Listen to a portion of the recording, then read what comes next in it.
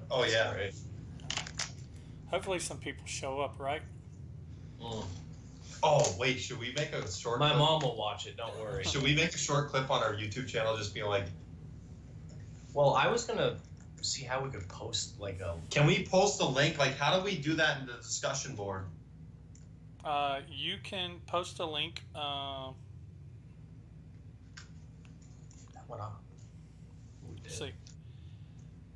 Looking to see if we're live yet.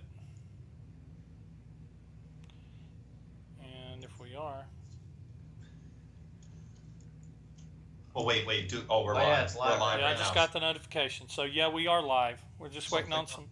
So right now it's 2 people. So we're just waiting on everybody else to show up. Wait on people to start showing up. Dude, that doesn't look that bad. We got to. We want to slide it. No, it's not that bad. I want to get this. I want to get rid of this though. I can't get rid of that. There we go. All right, and then that'll go away. Oh, that's crazy. I'm gonna mute this. There we go. So, all right. We are looking for. So we got 5 people. There's Tom S. Shut that light off and see if that does anything for it, because that it's Big so light dark. behind us. Yeah, no, this one right Hey here. Tom, we're just getting ourselves ready here. That looks really good. As long as y'all now, the light that's coming in right now, is that from outside light, or do No, y'all that's have a a light? lamp. That's a lamp. Okay, then you're good. I was gonna say, as long as that's not outside light, you're look good, because I can actually see those albums back there now. So yeah, Dynasty and Kiss, the 2 partially. Were y'all disappointed before while we're waiting on people to show up? Were y'all disappointed with the 2 reissues? Yeah. Yeah. A little bit. Him more than me because I didn't buy him. So. So you guys had the same problem that everybody else did with the black and white swirl. You guys was translucent. I'll probably get you to show that in a little bit. Let's not show it yet. Let's wait, because I want to get a little bit more people in here. We're up to 9. Dark Light's here. Got Tom S here, and then the Dynasty, which I think looks really sweet. And you guys had the poster in it, which what I've heard was it you, because I've talked to a lot of people about it. This the green translucent vinyl, and I've heard that it is having like notorious issues with skipping on "I Was Made for Loving You." Mine skipped. Like a bad skip. Like That song. that was the only one that it skipped on, and I had to send it back and get. They sent me another copy, and it had 2 hype stickers on it, but no poster. So I kept all the good, and that cover was bent. So I kept all the good parts of the one and sent all the bad back. And yeah, so it was you that got the see. So it's hit. I've heard the same thing. I've heard many people say that it skips notoriously. It skips in the same place on "I Was Made for Loving You," and it's been hit and miss whether you actually get the poster or not. if you check our Instagram, you'll see it. I posted a clip of it right where it skips. It's within like the first 45 seconds of the actual song. Right. So let's see. So we got "It's All for You, Demon" here. Now that is Rick from "It's All for You, Demon." Now one of the he's got some big videos. Yeah, I was talking to him. One of the next videos that I do with you guys, we're definitely going to have to figure out the issues with side by side, because I want all 3 of us. Right. So we'll have to figure out the side by. Man, y'all making me hungry with those donuts. I've just got my beer. You know. I'm gonna So. say prepare to be starving because I got 8 more. Doesn't. But I'm not driving all the way up to Maine to get them though. These are Dunkin' Donuts ones with the Tim Hortons near us closed. Do y'all have Krispy Kreme up there?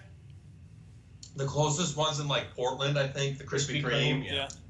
Honestly, I think they're a little bit overrated personally, but yeah, they're pretty. It's like a staple down here, you know, in the South. Like everybody loves Krispy Kreme. Oh, they're good donuts, but I like going to the mom and pop bakeries. I like supporting local businesses, so. Yeah. We have a real good donut shop. It's also like a ice cream shop. They do the rolled up ice cream, toasted and rolled or whatever. Okay, all right, so we're going to get into this. We got 11 people, and hopefully some more people come in. We've got so far that have spoke out. We've got Tom. We've got Darklight, Ronnie. These are regulars. It's all for you, Demon. And so these guys are just they're here a lot in my reviews and in a lot of my live feeds. So it's good to see all of you guys. Hope everything's coming through. Really good. Hey, John. John's there too. Yeah, it has been a while for a live feed. I've been really busy and been really busy doing other stuff, and I miss doing my videos. I miss doing my live feeds. But I've got Russ and John, but I'm going to call you Cupcake because I'll take it. I've got Russ and John from Cupcake. Russ and Cupcake from Russ's Rad Reviews. And this is the power of editing, people, right? I mean, you can't edit during a live feed, so you just have to go with it. Plus, I've drank a couple beers, so. And we could get really good here. I wanted to feature these guys on one of my videos, and we've got some stuff in the planning stages for future work. I stumbled across these guys, and the very first video I saw by them actually was a review of the album that they got there in between them, the Destroyer album.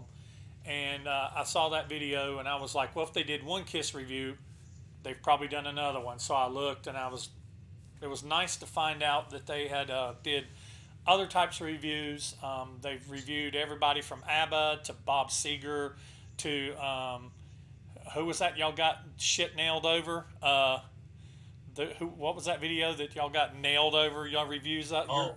Cheap Trick. Yeah. Cheap Tricks in Color. Cheap Trick, yeah. Yeah. That's where I got my name.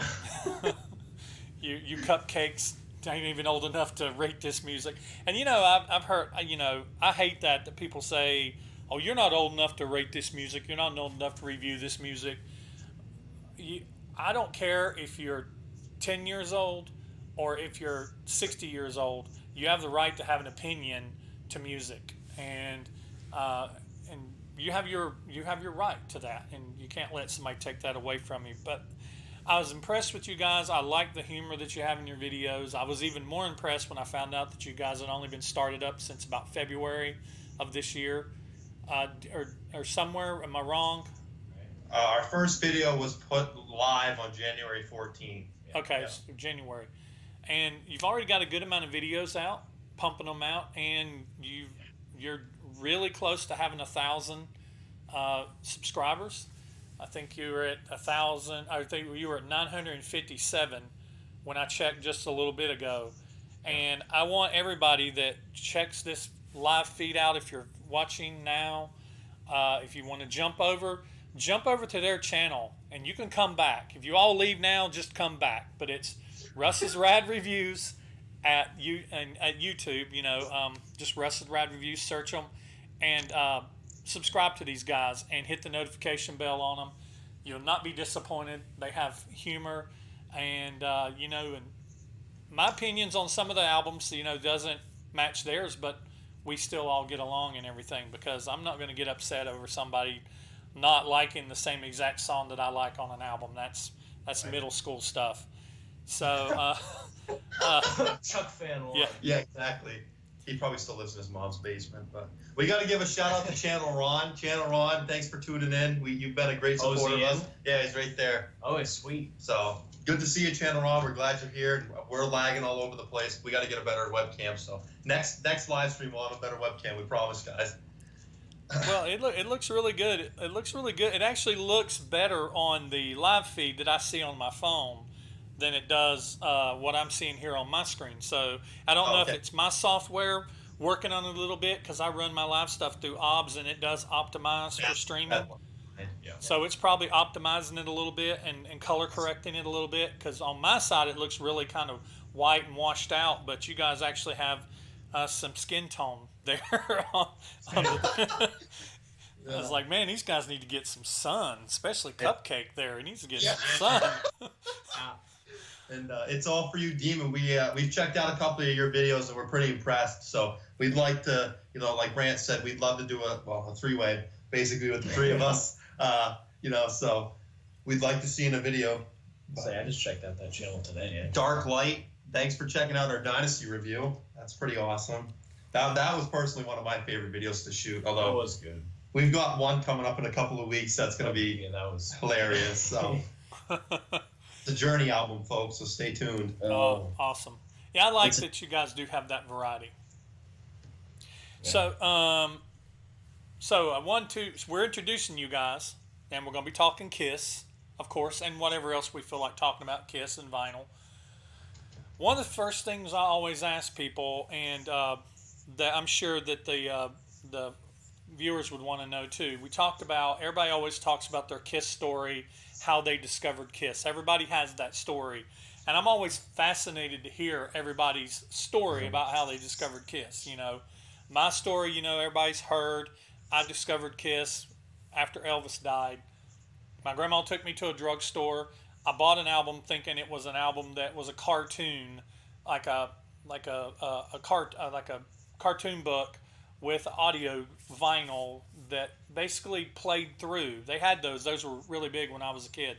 And this was in 77 when I was 8, so I'm really old. But it was that album you have right behind you. It was Destroyer. And so that was my first, and the very first thing that I got exposed to was that amazing interlude, that introduction into Detroit Rock City. You hear the guy working on his car and then getting his car and driving to the show. And then, you know, you hear that gear where he drops it down in fourth gear, and then that iconic and that album, just Bob Ezrin, that album has a sound to it. You listen to it in headphones in a dark room, and it'll take you to a different place. It'll take you to a different plane. The whole album has that sound to it. And so that was my first exposure to Kiss. And after that, I mean, I was hooked. Here, you know, 43 years later, I have a channel that is, you know, partially for the large part dedicated to Kiss. So I want to hear you guys. I want to hear you guys' story. I'm sure the viewers do too. So I'm going to shut up and let you talk. All right. So I guess I'm going first. So it's funny because my Kiss story starts around when I was about 7 years old. We had just moved up to my new house, and after we used to get ready for bed Sunday nights, the Ralph Emery's Midnight Special used to come on, that infomercial, and Kiss was on it for it was like 30 seconds, and it was Black Diamond. They did the clip of Black Diamond that you told me this. The Midnight Special. Yeah. That was that period between Dress to Kill and Alive where they really weren't doing a whole lot. And I was always fascinated. I was like, these guys are crazy, you know, like they're in their costumes and stuff. But flash forward about 5 years, and Kiss is on. I got a notification on my iPod Touch at that point, you know, back when those were cool. And Kiss was going to be on Dancing with the Stars, playing Rock and Roll All Night. And from that moment on, I was hooked. And the first CD that I actually got, my aunt bought for me, was The Very Best of Kiss. And I used to listen to Rock and Roll All Night on repeat on my CD player. I would listen to it. And then one night I was sitting there, and I forgot to hit repeat, and it started playing Strutter. And I was like, man, these guys are good. And then that was it. After I listened to this whole album, I went and bought, all the old records that I got. I just went crazy with them. You know, it became an obsession to me. I loved them. And then John and I, you know, he'll tie into the story here, but we always had classes together in middle school and stuff. And remember that art project we did the face masks, and I did Paul Stanley's face. Yeah. That, you know, but that was just immediately boom. That's how that connection started. But this was my first CD. My first album I got at a local charity auction. I volunteer there every year. The first one that I actually listened to was Ace Frehley's solo album. And after that, it was a drug. You can't get enough of it. So Kiss fever set in, and it's all Kisstery. But, yeah. Kisstery. Yeah. He said it. He said it. Yeah. All right, now it's Cupcake's turn. Don't piss off anyone. Well, I won't. I don't remember how old I was, but I must have been like around 10 or something. But on Nickelodeon, there's a show called Fairly Odd Parents. You know that show, right? It wasn't Ralph Emery's Midnight Special. It was Don Kirchner's Okay. Midnight Special. Thank you, Darklight, for correcting me. But do you know Fairly Odd Parents, that show? Yeah. Okay. Yeah. So they made a movie, and I wasn't even a big fan of them, but I'm just like, oh, this movie's on TV. It's a cartoon. I'll watch it. But then Kiss was in it, and I was like, what? What is this? This is sweet. And I think they did Detroit Rock City and Rock and Roll All Night and maybe New York Groove. And then after that, I also got Very Best of Kiss. I think my mom got it for me. Or my dad. I can't remember. My dad might have had it. But that's pretty much it for me. My story's a little short, but yeah, that's pretty much it. It kind of reminds me of you talked about y'all did the face mask thing when you were kids in middle school, and that's what kind of drew you guys together. I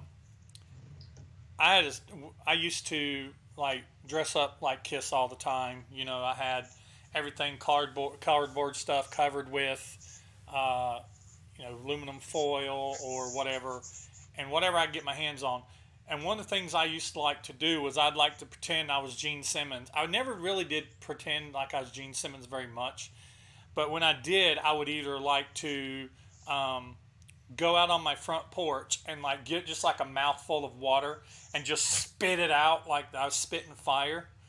Or I would go out there and I'd get like a mouthful of ketchup and I'd just go out and I'd be out in my front yard and I'd just be out there spitting ketchup out of my mouth and just like Gene does. And there was a kid that had moved in across the street when I was probably about 8 or 9 or whatever.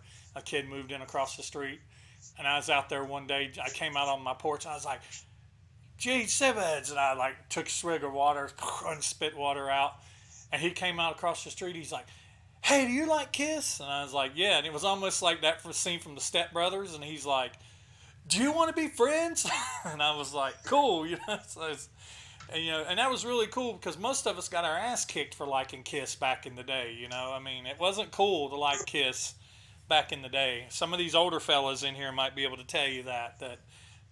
But I still snuck my Kiss stuff into school like it was contraband. I still snuck in my my albums, even though there wasn't a record player at school. I just to show off the posters. And I remember when I got my Miko dolls, I put them in my gym bag and took them all to school. And I was like, look at these dolls, they're so cool. Look, oh shit, the leg just broke on this one, because they were real fragile and they broke all the joints because the plastic was just crap. But that's really cool. So I guess what I think we'd do before we get into talking about anything else is if anybody, and I see somebody post a question. If anybody wants to ask a question of anybody, now's a good time to do it, and we'll answer. So I don't know if you can see that, Brand. It's probably a glare. Can you see that? Oh, you can't see that at all. Not too much, no. I'll have to send it to you. But so, Joe, I just found these pictures of this was freshman year. Yeah. So we had at school, we had our big pep rally, our what was it called? Homecoming. Yeah. And the football team was actually good that year. And so I actually, because I played trumpet from like 4th grade until last year, and I was, Ace really is our favorite band member between the both of us. And I actually did his makeup, and I got so much crap for that. You did? Oh, they were like, well, you look like a dumbass, and like, you look like an idiot. And it's like, okay, well, first of all, you don't even know who it is, and second of all, you probably think Justin Bieber's a good singer. So like, but I mean, even I got flack for it. So, but it's funny. So Darklight, before we answer that question, is this for both of us or is this just for me? Because you asked, have you heard every Kiss studio live album? Rad. So is that just me? Probably. I mean, we can both answer it. Doesn't matter. So I can answer it, or you can. You actually you go ahead first. First? Yeah. Oh yeah, you said both. Okay. I mean, I've heard every studio album and live album, but it's more like the ones I haven't really listened to are like Carnival of Souls and like Kiss Symphony. Like I think that's a live 4, right? I think. Yeah. It's Symphony. It'd be considered a live Right. Yeah, I think they rebranded it Live 4. It was the Millennium concert was originally supposed to be a Live 4, but they shelved it. okay. So, But those would be probably the two that I haven't really listened to a lot. But other than that, I mean, I think I'm well Are you versed. not a fan of Carnival of Souls? I'd have to listen to it again. Really, I just haven't listened to it in so long. Mm-hmm. I don't remember it being bad. I'm not a. I mean, I'm not a huge grunge fan per se. Yeah. I like the music, so I was just asking because out of my son had only heard my son Steven, who's done reviews with me, had only heard certain songs, and Alive was the only album he had heard all the way through, and some songs he had never heard any song. Some albums he had never heard any songs off of them. He had never heard any songs off of Rock and Roll Over. He had never heard. Well, he'd heard Destroyer, like Detroit Rock City. There's a lot. Of he had never heard any of the solo albums. Never heard, Dynasty or anything like that. But when we got to Carnival of Souls, he loved it. He was like, "This music, like this guy, they could release this album today, and this album would be relevant." And I said, "Well, the biggest complaint I hear about that is it's either people don't like it because either they're not a big grunge fan, or they don't like it because it don't sound like Kiss." And I always tell people, well, that's one of the reasons why I do like it, is because I like when Kiss doesn't sound like Kiss. right, yeah, right. I like when they do something like The Elder, or when they do something like Dynasty. the elders. You know, I've never actually heard the Elder. It's for me, it's like mostly good. Yeah. But I could listen to the Elder all day. Yeah, honestly. because you've had more exposure to Kiss than I have, because you probably got that CD when you were like 8. Probably something like that. Yeah. So I've listened to what I would consider classic Kiss. So the debut album until Unmasked, I've listened religiously through. I think that most Kiss fans know those albums. In terms of 80s Kiss, after Unmasked all the way up until, I guess you could consider the reunion tour. I'm not super familiar with those albums. I mean, I've got like Lick It Up, and I've got Killers, which I think Killers is an amazing album. Which I know you're not a super big fan of the 4 songs that are on there, but I think the demo for Nowhere to Run is so much better than the actual Nowhere to Run song in this one. agree totally.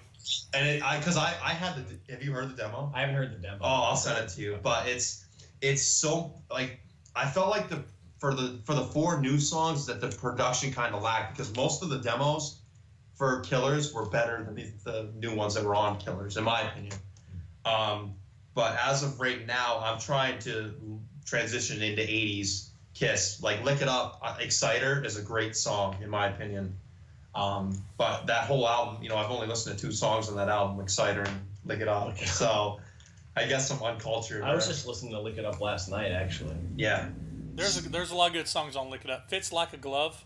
Oh, yes. Fits like Gene really shines on Lick It Up. Gene and Vinnie Vincent worked so well together. They worked well together on Lick It Up. They worked well together on Creatures, and they worked well together on Revenge. And they worked. I mean, when I think of Vinnie Vincent, I think of Gene too, because they write amazing songs together. Vinny did. But now he wrote a million to one, for Paul, and I think 1,000,000 to 1 is a great song. It's an amazing song, and that's on Lick It Up too, right? Yeah. Mm-hmm. So see, you owe yourself to listen to the rest of those songs on Lick It Up. There's some stinkers on there, in my opinion. There's some filler on there, but Lick It Up is a good album. I think Creatures is the better album. I'm in the Creatures camp when it comes to Creatures and Lick It Up. I'm definitely in the Creatures camp on that one. So we got some people here. They're saying Darklight said they're a big fan of the Elder. It's All For You Demon said Carnival has grown on him. Marty asked me if I've heard of Classic 78. I've heard of them, but I haven't actually listened to them yet, Marty. Super Kiss 1200 said, hey, how's it going? And hey, Super Kiss. Tom says it's still hard to be a Kiss fan. 1,000,000 to 1, so good. It is good. Saint and Sinner is Saint and Sinner on Creatures of the Night is a great song. Saint and Sinner and War Machine are probably my 2 favorite songs on Creatures of the Night. I just love that. I think I'd say Saint and Sinner and maybe Killer. I think would be my 2. But my dad loves War Machine, like so much. Yeah. It's crazy. And me being a drummer, I just love the way the drums sound on Creatures of the Night. It has the best sound of any Kiss album, in my opinion. They never replicated it. They've tried on other albums, but they've never replicated it. And oh my God, in some remixes of those songs and on later compilations, they've butchered the drums, remixing it on some of the things they've done, and some things you just shouldn't mess with. Yeah, I mean that album just starts, boom, Eric, instantaneously. Mm-hmm. Yeah, Eric was a phenomenal. Rules that album. He was a phenomenal drummer. Yeah. Because '90s Kiss was really like the first 3 or 4 years until the reunion tour. Like they were starting to go. Like I know they wrote Forever, and that was in like '89, wasn't it? I actually I like that song. Was that on Hot in the Shade? That's Forever's on Revenge, isn't it? I'm sure there's some people that can correct us down there in the bottom. Yeah, I don't know. I know Forever's on The Very Best of Kiss, and God Gave Rock and Roll to You Too. I actually really like that song. I love that song. Wasn't that was made for like Bill and Ted or something? Wasn't it? Something like that. Bill and Ted's Adventure, I think, and then they did a cover. And I think that my favorite part of the song is the part where Paul does where he's talking. You know, I know sometimes life can get tough, and I know life can be a drag, but that's so powerful because it really encompasses what they believe in, and then they destroyed the world with the reunion tour. So Super Kiss said that it's on Hot in the Shade. So yeah. It was what was the song? Okay, so if Forever was on Hot in the Shade, then what's the ballad, the follow-up ballad that was on Revenge? Can someone tell us? Yeah, I don't know. Well, because I know Revenge. I know Unholy's on there. Domino's on there. I like Domino. Every time I look at you is on Revenge. Is that the one where the music video Paul's like all unshaved? Try to say I'm sorry. Didn't mean to break your heart. Yeah. I actually like Paul singing like that. The only part of that whole song that gets me, because I like Paul with the scruffy look, and Gene when they took the makeup off on Lick It Up, Gene should have had the goatee then, because Gene just looks good with the goatee, and where he'd pull his hair up on the sides, instead of just letting it all hang down, he'd pull it up on the sides. Their look for Revenge was just so amazing. They looked like a legitimate band, I'm not saying they're not a legitimate band, but they look like a band that you could not make fun of. And a lot of people like to make fun of Kiss just because of the way they chose to look and act and stuff over the years. Sometimes they've been a little kooky and they've made stuff that, you had to be a fan to really like. I mean, let's be honest. Kiss has made stuff. My wife wouldn't consider herself a Kiss fan. She likes a lot of Kiss songs, but she's not a Kiss fan. And so some of the stuff that we just love, she's like, whatever. Yeah. So, and I think me and Rick have talked about it. I think his wife, he could probably say, I don't think his wife's very much a Kiss fan for a lot of the same reasons. She don't get it, but we do. But I think that I loved the Revenge album. It's one of my favorite Kiss albums. It ranked up pretty high. But the only part about that song, Every Time I Look at You, is when they're coming out of the chorus, and that's the awesome acoustic guitar solo there, and they're coming out of that solo, and he's got that little bridge, baby, baby, baby, you know I hurt you, but you can still believe in me. And then he does that whole, but every time I look at you. It's like, Paul, come on now. You've already bled it for as much as you can. You are not Michael Bolton. So it's just like, but it's a good album. It really is. Their MTV Unplugged album too. Album seems to be overlooked. I love that album. When they play Nothing to Lose with the two, that ranks, like if you were going to rank all the Nothing to Lose songs. All the what? The Nothing to Lose songs. Like, All the like all the versions. I got you. Yeah. Like that's an Alive, isn't it? Is it? I think so. I think it is. That one, the one on MTV, would be ranked pretty high. Like, because you got the two drummers, Peter and Blondie, Eric Singer, they actually sound really like good, in that arrangement. And it was just so good to see them all up on stage and not, being assholes to each other. And I just swore on live stream, but that's. It's okay. It's okay. It won't be the first. It won't be the last. But yeah, you mentioned something a minute ago, and I wanted to kind of go back to and theorize something about, and then we'll look at some comments down there. We see you guys. We'll look at some comments. Do you believe the vein that Kiss was going in, like you talked about in the late '90s, with Hot in the Shade, and then with because the album I can't stand. My least favorite Kiss album of all time is Crazy Nights. I can't stand it. I reviewed it with my daughter. My daughter loves it. It's a chick album. It definitely is a chick album, and the chicks loved it.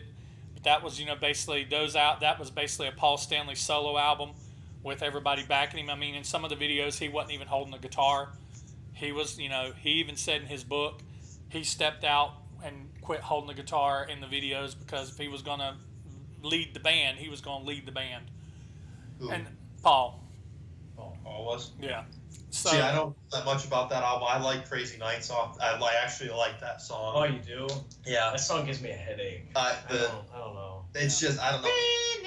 I heard that song before I was like a diehard Kiss fan. So the thing with me was like I have all the Kiss CDs laying on the floor from the debut one to Unmasked, including the solo albums here, because we have to show them for props. But I bounced around because I didn't buy. I bought the Destroyer, Rock and Roll Over, and Love Gun before I bought the three beginning ones, the original ones. So I bounced all over the place. So for me, a regular Kiss fan, I'm between you guys and I'm all over the place for my songs. I'm sure there's other Kiss fans that would feel the same way, but I haven't actually listened to the whole discography. Yeah, well, it'd probably be a good album to review for us because if you don't like it, Crazy Night. Yeah, and I've never heard it, or I've only heard one song. It might be something. That's what we try to do here is honest reviews. That'd be very interesting. I'd like to hear you guys' take on Crazy Nights. But yeah, that was the slide from Animalize, Asylum to Crazy Nights. That was because Gene was off producing. Gene was off producing and being a movie star, and Paul was basically holding the band together. But then they were coming out of it with Hot in the Shade, and then with Revenge, Gene kind of came back to the Lord Kiss and rededicated his life to the Kiss God, and he and they put out Revenge, they put out Carnival of Souls, both met with mixed reviews. Then the conventions, then the Unplugged album, then the ensuing reunion that like It's All For You Demon said, you could see it, you could feel it coming. They knew at that point in time the way that album and that special was received, that this would be a good opportunity for them to put the makeup back on and make a lot of money, and so, but I think it totally. And I went and seen those shows. I saw the reunion tour and I saw the farewell tour. I liked the reunion tour more than the farewell tour. You could already tell that the cracks were back in the band by the time they got to the farewell tour. But I think it derailed them as a band, because I don't think, in my opinion, that the next studio album we got from Kiss, being Psycho Circus, you can count it, but I don't think it was as good a quality as what the direction they were heading with Revenge and Carnival of Souls. Even though Carnival of Souls was different, and it was the bastard child that they were going to shelve until it got leaked, and they're like, well, shit, if people's going to make money off of it, it's going to be us. So they went ahead and released it because it wasn't going to see the light of day otherwise. And I think that started them backwards as far as making good music, in my opinion. I don't think that Carnival of Souls was, I don't think that Psycho Circus was as good. I don't think that Sonic Boom was as good. And I'm not going to say anything about Monster because me and Rick have not. My video of me reviewing it with Mr. Rick down there has not aired yet. It has been recorded, but it is not aired. So I'm not going to say what I think about Monster just yet. But what do you guys? I mean, do you guys remember that whole era? Do you or people down in the comments? Do you guys, if you remember that era, do you think that Kiss musically was sidetracked by the reunion? You know what I mean? I know none of us would take the reunion away. No, I've never thought about it, but it's because we weren't born then. We weren't we weren't even thought of yet. Hey, Brandon, glad to see you made it. That's our buddy Brandon down there. Love Big Ham. Big Ham. I mean, it's interesting that you bring that up because, like, now that he said that, I think what happened when they did the reunion tour, and I heard rumors that the only reason the reunion tour happened was because Paul and Gene were getting low on money. I don't know if I heard that that was part of the reasoning behind doing the tour. But I mean, well, Gene toured after reunion tour. Gene tore the house down he was living in and built the mansion he's living in now, I believe. So I mean, yeah, Paul and Gene were living like paupers compared to how they're living now. They didn't have the cash that they used to have. You know. I think what happened, now that you brought that up, is instead of going for the musical creativity of that content, you know, to what they did in the 70s of not caring about what people thought and being themselves, I think they got caught up in the brand and how special Kiss is and how unique it is, and they were like, well, we've already got a method that works. Why don't we just keep doing shows of the hits that everyone knows? Well, and they're still doing that to this day. Yeah, well, I mean, because we talked about the farewell tour, the tour that they're doing right now. End of the road. The End of the Road tour, and like I used to defend like Paul when like people were accusing him of lip syncing until I saw the videos, and I was like, part of me was ashamed because they like gave so much crap to people that did that stuff, like especially rock stars. But like, I also kind of feel like cut them a little bit of slack because like they're like 70 years old now, you know. And they're still up there rocking. You know, they could rock harder than most of the modern artists today. So, but I don't know. What are your thoughts on it? I mean, like you were saying that. You even did this. They had some kind of geometry going. Right. Like you said, they were probably gonna go somewhere. There was gonna be a climax of some sort, and then they regressed with once they had the MTV special. It's just reunion. And then kind of that whole thing was gone. Mm-hmm. And then they put out Sonic Boom, and Sonic Boom was not Sonic Boom, but Psycho Circus. Psycho Circus was a product. It was a manufactured product. If there ever was a Kiss album that was a manufactured product, and I mean, there's some songs on there I love, but Psycho Circus is a great song, and you know, even Into the Void is a great song. You know, there's some good songs on there, but you can tell from front to back, the packaging and everything, it was calculated, meticulously calculated, and even the songs themselves was not the complete band. I mean, you know, Tommy Thayer played on most of it. Eric, somebody else played the drums. Peter only played drums on one song. Yeah. And, you know, so even then it wasn't a band song. Ace only played on a handful of songs. It was a product that was released to capitalize on the height of the height and the hype of the reunion and the comeback. And then after that, they were like, well, now we got, we got rid of Peter. Well, Peter left the band again. We had to fire Peter again because he's showing his ass. And Ace left again. You know, I like how they like to claim that 3 times they fired Ace. And even though Ace has never been fired, all 3 times, even all the way back in the 80s, he quit the band. They begged him to stay. He was, back in the 80s, he was doped out of his mind on alcohol. They still begged him to stay in the band. You know, and now they call him the screw up. You know, they call Peter and Ace the 2 flat tires. This is out of Gene's mouth. The 2 flat tires that you had to take off the car so you can finish the trip. And I think that's sad. You're discarding, you're just tossing aside the 2 people that helped you pave the damn road that your car is on. You know, and you hear that saying a lot. One of the sayings that, I mean, I get fired up about this, guys, I'm sorry. But one of the sayings I hate hearing the most is you hear people say, no Ace, no Peter, no problem. And I think that is such bullshit. Because if you did not have Ace or Peter, you know, if you know, sure, if they don't come back now, so what? I don't know if I want to go see them anyway, because I don't want to hear Maude standing out on her front lawn yelling at the kids all night. The way Paul sounds now, I don't know if I want to hear that. I don't know if I can put up with it. Pay for a ticket to see Ace.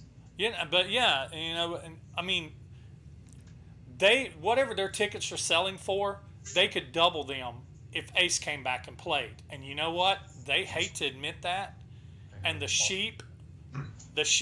sheep hate to admit that. But if Ace was to suit up and put his makeup back on and walk out on that stage, whatever they're paying, whatever they're charging for tickets now, they could double it. Oh, if they're not selling places out, they'd be selling them out.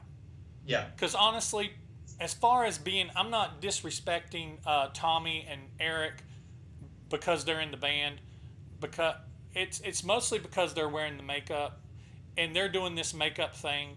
And if they were up there doing it with no makeup on, I wouldn't have a problem with it.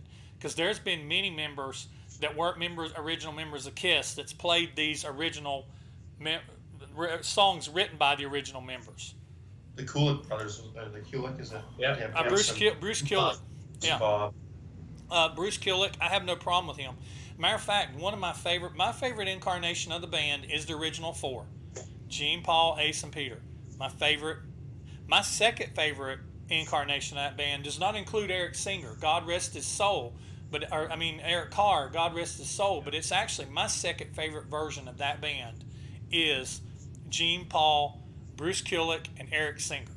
Yeah. They put out Revenge, they put out Carnival of Souls, and those 2 albums, as far as a musical standpoint, if you take your Kiss ears off and you listen to it as a rock and roll album, those 2 albums kick ass.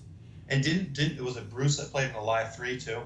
Yeah. Yes. I Live 3. Yeah, it was that Alive 3. Yes, it was that incarnation of the band that did Alive 3. Yeah. So I got to respond real quick. I don't know if Marty Martin's one of your subscribers, but he is. He said at least listen to the full discography before going on a stream about a band. I was shocked by that comment. Do your research, young man. Well, okay, so this live stream, I mean, our channel isn't about Kiss. So, and I'm not going to sit here and pretend that I know all about Kiss. I'm going to be honest with you guys. If I don't know something, I'm going to be like, hey, I don't know it. So I guess I'm not sure what comment he's referring to. I mean, I think as soon as we started the live stream, my brain just went blank anyway. So I'm kind of, yeah. I mean, we try to do our research before our videos. If you take a look at our videos, I'm not going to pretend to be one of the hardcore Kiss fans here. John probably knows more about the 80s ones than I do. Jake Cormier's in here. Kahaz 606 just nailed it on the head. Would have been nice to have Ace on the tour, but that would have meant less money for the pie for Gene and Paul. Yeah. Exactly. Because with Ace, here's the thing. Ace knows his worth. Yeah. Ace knows his worth, and I hate whenever you hear people saying Ace has a good solo career, and then Paul will go, well, yeah, selling out clubs, you know. You know what? Yeah. So Marty, thanks for letting us know that you were trying to offend us, but we just, I don't like pretending that I know something and then looking like an idiot, because what we do in our videos is not the most serious thing. Well, yeah. I mean, if you check out our Cheap Trick video, you'll kind of see what we do. Oh, yeah. And I mean, I guess this live stream was kind of put off as a Kiss thing, but it's talking Kiss, and we have talked Kiss, and I mean, I appreciate that you've said I haven't listened to every Kiss album, because I mean, I want to look. This is my stack of Kiss albums right here. Since I mean, and this is nothing compared to what you've got, but like I got like right here Asylum. Yeah. You know, this isn't like I've got albums here that I do want to listen to. Look it up. I paid a nickel for this album. Killers. I have no idea what pressing this is, but I love this thing. So, but we. Was that the Paul Stanley solo album? Yeah, it is. Yeah, I can see that. I saw the yellow writing. I saw the purple writing. Yeah. And I was going to say that's to Gene Simmons because of all the white writing at the bottom, because he thanked every damn person in the whole world on his album. The album's still not that good, so but I mean, it's just one of those things where we try to give an honest opinion, but not pretend that we know something. We don't like pretending to be politicians. So, yeah. But anyway, Marty Martin, thank you for tuning in tonight. Sorry to disappoint you. Marty's a good fella. Marty's a good fella, and I think what he's saying is basically, and Marty, like I said, if I brought it off, if I made it in that intention, we're here to what attracted you guys. What drew me to you guys was the fact that you are as young as you are. We haven't really discussed about how young you are yet. These guys are actually younger than you guys probably think they are. I remember whenever I first found you guys and I showed you to my wife, and I was like, she's like, they look young. And I said, yeah, I think they're about maybe Steven or Tyler's age, which would put you around 23 or 24. My two sons are 23 or 24. So you're laughing because now, if you don't mind disclosing, how old are you guys actually? Well, I'm 11. No, I'm Damn, we can't monetize yet. Yeah, I'm 19 and you're 18. I'm 18, right? Yeah. I'll be 20 in August. So and honestly, I love seeing people as young as you guys are. I mean, I'm your age 3 times over. I just love seeing, well, not quite 3 times over, but I just love seeing you guys being Kiss fans, and appreciating the music. A lot of younger generation as a whole do not get into Kiss, or they are what I call a casual Kiss fan. They'll listen to a Kiss song and go, oh, I like that, but they're not going to sit down and, I know that you guys' channel isn't entirely a Kiss channel, but you have a lot of Kiss on it. So, Jake Cormier is going to town in the group chat. Yeah. So Russ's rad review. So it's all for you, Demon. Oh boy, he's asking the pinnacle of what's your favorite album question, which is gonna tear us apart. All right. Well, I'll be back. See you. No. Yeah. That is so hard. Can we? It's all for you, Demon. Can we narrow it down to Can we split it up into the originals, so we pick out a 3, and then we do. If that's the case, I'd just say Alive personally. We'll make it easy. If it's a studio album, I have no idea. Yeah, I can't give him an honest answer because it changes. It really changes so much. I don't know who Rush is, Jake. But like what you were saying, I mean, yeah, I don't know. It's weird to be in this era because everyone's listening to Justin Bieber and Billie Eilish and all that. Not that there's anything wrong with that. No. But But we don't fit in necessarily. I guess, yeah, we're listening to music from before our time. It's just, I don't know, but it's cool because there's a lot to appreciate, I guess. Oh, it's all for you, Demon. Look, he goes from Kiss. Now, what's your favorite album ever? Oh boy, It'd probably be a Kiss album. Well, so I'll answer his question with a kind of a statement because I can't actually answer it. So, I love music, and if we brought you out back to just one section of our closet, we have my music taste and John's music taste collectively comes together at Kiss. That's how we started this channel. I am more of the country classic 70s rock, that stereotypical Eagles. You're more of the not hair smash your head against the table metal, but maybe a little bit. But you're the heavier rock and roll, but it makes for a good mix because I love Jim Croce, and you didn't even know who that was. You know who he was, but you didn't. We did that Bad Leroy Brown video, or the Jim Croce collection. You actually like some of his songs. Yeah. So what it allows us to do is really give a broad spectrum for the music. Like someone had commented, I was impressed that you guys reviewed Fats Domino. Yeah. We liked the Fats Domino record. It wasn't bad. And that's my grandparents' era, 1950s, 1960s, you know. So, but for like I tend to go to like yard sales and stuff, and I'll buy CDs for a nickel or a quarter, and I'll turn them into MP3s, and then I'll sell them in my yard sale. And I'm sure I'll get arrested for it because like, oh, it's illegal, pirating. But I've got a hard drive on my computer, an extra hard drive. I've got like 600 gigabytes of music, of just music that I've collected over the years. Not a single one of them's pirated, and it's like I was listening to not Janis Joplin, but what was the one that I don't know if you're an Eagles fan, but Glenn Fry and Don Henley played her band as a cover. Linda Ronstadt? That's her, right? I am getting into her now. I think she is a phenomenal musician. I'm not like that. I'm not getting into her like, you sicko. But it's really magical because like, you know, I pull in these old country artists that John's never heard of, and then you pull in these metal, you know, like that Mental Health album. You know, I had that album for the longest time, never listened to it. John's like, let's do it. And I actually thought it was a pretty good album. So, sorry, it's all for you, Demon. I don't know if I can answer what my favorite album is. I don't think I could. Ever. That's such a hard question. I mean, for me, music is one of those things where it represents Joe Walsh. That's right. That's Tony.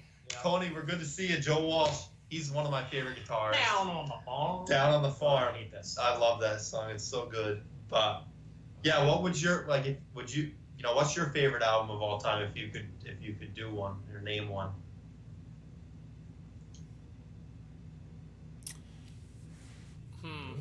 No. Oh, him. Yeah. Okay. I was random. Favorite album all time, or favorite Kiss album? Whatever one's easier. My favorite Kiss album is easy because if you've been watching my reviews, and I'm almost done, and it's been at the top since I reviewed it, and nothing's gonna knock it down. But my favorite Kiss album is. Does anybody know? Can you take a guess before I show you? Probably Love Gun. We went by Rock and Roll over. It's Love Gun. It's either Love Gun or Dynasty. It's actually a live album. He told me that. Alive too. That's my favorite Kiss album. Because this to me is Kiss at their pinnacle. And I'm a big fan of Alive. A lot of people, they like Alive more than they like Alive 2. And I guess it's just because this is when I came in. And this album had came out. The first song I ever heard was Detroit Rock City. And that's what this starts with. And this album had been out just a little bit. It came out in the summer of 77, and I started being a Kiss fan in August of 77. And I remember when I opened this up, and it had the gatefold of the stage exploding, and the tattoos, and the book, and everything that's inside of it. And I remember thinking, just being blown away. There you go. You've got a good copy. Mine's been used a few times. But mine's a little better than that. Yeah. But well, this was in a yard sale. Like I said, I paid a nickel for this. Yeah. So this is gonna make me look really stupid. But when I first listened to this album, I thought the last side 4, All American Man, Rock with the USA, Larger Than Life, Rock and Ride, and Any Way You Want It were live tracks. I was like, and I spent months trying to find the live version on YouTube, and then someone was like, "Oh yeah, by the way, those are studio songs," and I was just like, "Oh my god." But yeah, this is a good album. This is. To say those songs you just mentioned, like All American Man, is an awesome song. Yeah, I'm surprised that I don't know why they just didn't do the live album and put those on another album. Well, I mean, Rocket Ride's a little too good to be on a normal Kiss album. That's why. Yeah, but me too, Dark Light. I love Ladies Room Alive too. It's so much better than the rock and roll version. Yeah. Rocket Ride was the prelude to what Ace's solo album was going to be like, because he had actually wrote that song and several of other songs for his solo album. I think Rocket Ride should have went on Love. It would have, if it was written in time, it should have went on Love Gun. It should have replaced Then She Kissed Me. And they should have had Shock Me and Rocket Ride on Love Gun. It could have easily fit on there. It had the sound. And, But yeah, I think even though the album is a shorter album as far as live goes, because this was back during the time when they didn't want to duplicate any songs that was on the previous live album, so they cut a lot of tracks. But they also didn't include tracks like they didn't include "Take Me," which they performed live. And there's some misprints of the back of that album that has "Take Me" on it. They actually performed "Take Me" in Budokan. If you ever go online and watch. Say next. And watch yeah. the Lost Alive 2. Yeah. And but I think they missed an opportunity. I think Mr. Speed is a song that should have been played live. Yes, I love that song. That is my favorite song in Rock and Roll Over. I remember I first got the Rock and Roll Over album, and I kept playing it. Oh, it is such a good song. That is a good one. Oh. Yeah, it should have been played live. It should have been sung. It should have been played live, and it should have been on a live too. Now, like I said, I don't like. I mean, I love All American Man. I love Rocket Ride. I like most of the tracks off that fourth side, but I would have really liked for that album just to be for that album to have been a entirely live album. Yeah. If I'd had my rathers, but then again, what if we did that and we didn't get Rocket Ride? Then I'm just kind of like, oh well, crap, then yeah. Well, because it's really when you look at because John and I were talking about this before, and I'm surprised we're still talking. I guess people like talking about Kiss, but we were talking about like how we'll term them the originals, so the studio, the first debut album, Hotter Than Hell, and Dress to Kill, and we were talking about those compared to the three that came after Alive. Remember we were talking about how like the first three weren't, because we talked about how we felt they were both rushed in production, in terms of production. The first three albums. Yeah. But the second three were more experimental, but the production was able to make them shine. But if you were to look at in my opinion, I almost feel like the later three albums, Destroyer, Rock and Roll Over, and Love Gun, were more refined than the first three. And in that they spent a little more time in making the music rock, but it was refined rock, where the first three, they didn't have the money or the production. Raw. They were just raw. That's kind of why I like the first three probably more than the latter three. Right. Just by a little bit. Like Hotter Than Hell especially, because that album sounds production-wise terrible, but it's for some reason it makes it cool. That's the darkest album I think that's one of the darkest Kiss albums ever. You mean like heaviest? Well, just I mean, where's Hotter Than Hell? Like some of the content. Well, it does have that almost a Sabbath-ish sound to it because of the quality, because of the way they recorded it. Yeah. And they were trying to make a heavier sounding album, and they ended up going to muddy, a muddy type album, and that's one of the biggest things that I hit on those first three albums. The first three albums actually score very low on my scale, lower, and a lot of it has to do with just the studio quality of the recording. I think that they finally, the quality of Dress to Kill is the best of the three. Just from the very beginning when it starts, which starts with Room Service. Mm-hmm. The band, you can tell they're tight. They're playing faster. You can tell. But what you have to remember is, you're right. You hit on it. They were a very young band. They were very young. Peter was the oldest, but the rest of them were early 20s. Ace and Paul were barely older than you guys by maybe a couple, 2 or 3 years. And they were working for a startup record label, Casablanca. They were if not the first signed band on the album, they were one of the first. I think they were the first. And they didn't have a whole lot of money. They were recording these albums in weeks' times, 1 week, 2 weeks, and then getting put out on the road and touring for like 6 months, and then pulled back because the album's not making money. The concerts aren't, the shows, the tours not making money. Let's get you to make another album. And so they made Hotter Than Hell, then stuck back out. They were actually pulled from the road to make Hotter Than Hell, and then they made Hotter Than Hell, went back to touring, and then were pulled again to make Dress to Kill. Made Dress to Kill, went out, and and that's when they were when they were on the Dress to Kill tour. That's when they recorded those sessions, those nights for Alive, and that's where Alive came from. And Right. Alive was kind of like their Hail Mary. It was like, okay, we got to make some money. It's all or nothing. We're going to throw a Hail Mary, and this will either be you guys' biggest album or it'll be The end of the your last album. And it worked for them exactly the way that they wanted it to. And like I said, I love Alive. I really do. And then concerning the following 3 albums you're talking about, you're exactly right. They wanted to do something different, so they enlisted Bob Ezrin, who had just come off of making an Alice Cooper record, and so they were trying to want to do the same thing, and so they came up with this conceptual album. A lot of people don't consider it a conceptual album, but Kiss was trying to make it a conceptual album with a theme somewhere. I never really got it, but there is supposedly a theme.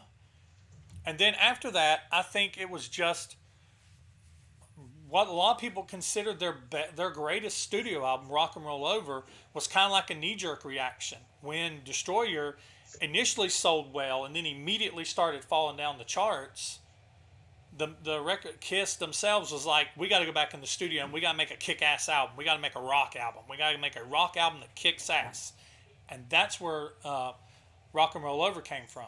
And then Love Gun, I think they were just trying to repeat the formula with Rock and Roll Over. Because if you put in your playlist, if you put Rock and Roll Over and Love Gun right before and after each other and let one play into the other, they almost sound exactly the same. Sonically and the quality of the recording, the quality of the band, they almost sound exactly the same.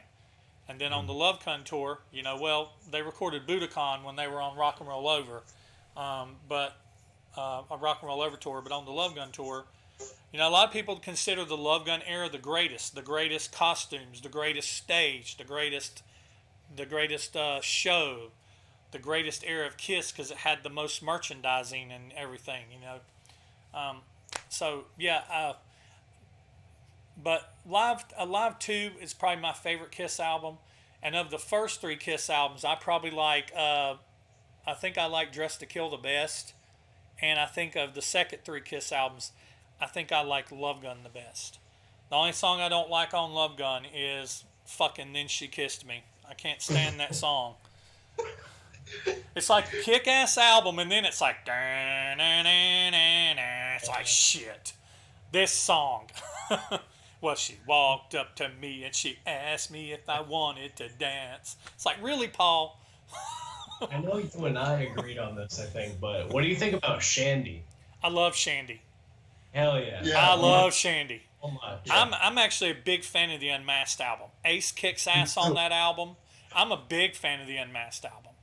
Yeah, that's a good album. But Shandy, I think, is one of Paul's best songs. Yeah. Well, because what did we say about Dynasty? Because in our Dynasty review, we said that it was almost a continuation of their solo albums. Right. And I think Unmasked was the same thing, but it was experimental. Right. And I think they did that because they wanted to try to keep Ace in the band. But Because they let Ace have 3 songs Right. on there, yeah. But he brought up a point about, like, the thing is I feel like, imagine if, like, the first 3 Kiss albums had sold moderately well, and they released Alive, and it still was commercially successful, but I felt like a lot of it went to their heads because the rails of the Kiss empire really started to get shaky as soon as Alive became so popular because it was like Elvis. It was bam. I mean, instantaneous. They went from this rock band from New York They went from practicing in a loft into studios. A loft. Yeah. Making $50 a week. Right. Right. And then they're making $50 million. Yeah. That's just weird. I like what Rick said. I think I kind of agree with that. I think they did Then She Kissed Me because they wanted to know that a kissing contest promotion. It would have been much easier in the more profitable years. Yeah. Because I remember Paul talked about in his book, whenever they had the Kissin' Time kissing contest promotion. That at one point in time, Paul walked around, and he was during the kissing contest. He was walking around to the people who were kissing in the lead, and he's like, "Congratulations!" And he was like, the guy said through the crack of his lips, "Who the hell are you?" You know, like the guy didn't even know who he was. You know, they were just there to try to win a contest. They didn't really know what they were doing, you know. Dark Light, because they talk about the kissing contest on the Firehouse, is it the Mike Douglas show or whatever? Is that the show when G came out and that Terry or whatever her name is said that wouldn't it be nice if underneath all this it was a little Jewish boy? Nice He's just a nice Jewish boy. Yeah, you can't deny the hook. Dark Light. Just want to respond. Yeah, I do know that not all the songs have the 4 original members. For the most part, when we're talking about the songs, we're just, when we say Kiss, it's Kiss at that time. Yeah. So, Peter was technically out of the band for Unmasked, but they wanted to keep the picture there until it was, because wasn't it already? He was in the video. Yeah, he was in the video, yeah. So. Also, It's All For You Demon, She from Alive. That's my favorite Kiss song right there. She. Yeah. That's it. I love She too, and the She from Alive is absolutely phenomenal. And when they do that at the very end of what we're doing, she takes off her clothes, and then Peter just does that long, and Ace goes into his solo. They go into that little jam, and then Ace goes into his solo. It's just perfect. It is. Yeah. Shandy, talking about that, Shandy, the only member from Kiss that actually played on Shandy was Paul. But that happened a lot with Kiss, especially as time went on. That happened a lot with Kiss. They would substitute members a lot of times, I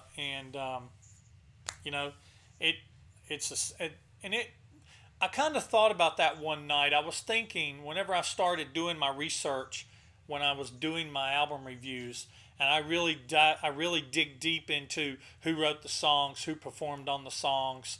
And back then you didn't know it was Kiss. They were credited and there was Kiss. But now you've got, in the days of the internet, and we've got wikis, and we've got, whatever else, websites like Kiss FAQ, that made by Julian Gill. You got a bunch of websites out there you can go to. And I remember listening, reading, and hearing like, "Oh, you mean Ace didn't play on this song? I love this song, but I always thought that was Ace." But I still love the song. It doesn't bother me now that it wasn't Ace on it. I still love the songs, and I still love Shandy. I still think it's a great song. You got anything to add? What were we talking about? I was reading the comment. I like that song. I think Unmasked is up there in terms of. I think we said that in the Dynasty review. It's up there on the same level as Dynasty. But it's one of those. For me, when I found out like, hey, Ace didn't play in the song, it was just like, oh, why? It wasn't really one of those things where like I got all upset about it. And like, I'm not gonna say I'm a diehard Kiss fan. Like, I'm not. Like, look at in my his room, in my head's room. It's Brant's room. He's got all kinds of. I'm more of the musical guy. I'm the audiophile. I like what I hear. So it's just one of those things. For me, about the different members on different songs and stuff, there was a period when I started to learn about that. That was kind of like, well, that sucks that Ace isn't on All American Man or something like that. It's Bob. But quickly after that, it just kind of turned into it's Kiss. It's not so and so and so and so. It's Kiss as a unit. Right. And then you accept. Like, for me, it's. Like, some of my favorite videos there's one video on YouTube, and I think it's Dead Forever is the one that put it out. Like, it's that's the guy's name, and it's a video of Kiss on the MTV Music Awards in '96, and they're playing Rock and Roll All Night underneath the Brooklyn Bridge, and that is the best version of Rock and Roll All Night ever, in my opinion. It's perfect. Have you seen it? Yeah, I've seen it. Yeah, that's I used to watch that video all the freaking time. I used to be fascinated when Gene would sit there and like shake himself and like do his little tongue flick and stuff. I was fascinated by that. And then I started going backwards to the old 70s and 80s clips, and I was like, these guys, I like you see these AC/DC clips of like Bon Scott and stuff, and like everyone knows that they're crazy, but like Kiss on stage and AC/DC on stage to me were very similar. Kiss just had all the crazy fanatic, like the fireworks and circus acts going on for it, which AC/DC was more like that guy's like on tripping on acid or something. So, but yeah. Also, that's another thing. I just thought of that when I did that. I don't know if you know, but do you know why why Ace, Paul, and Gene would do the like swinging back and forth when they play?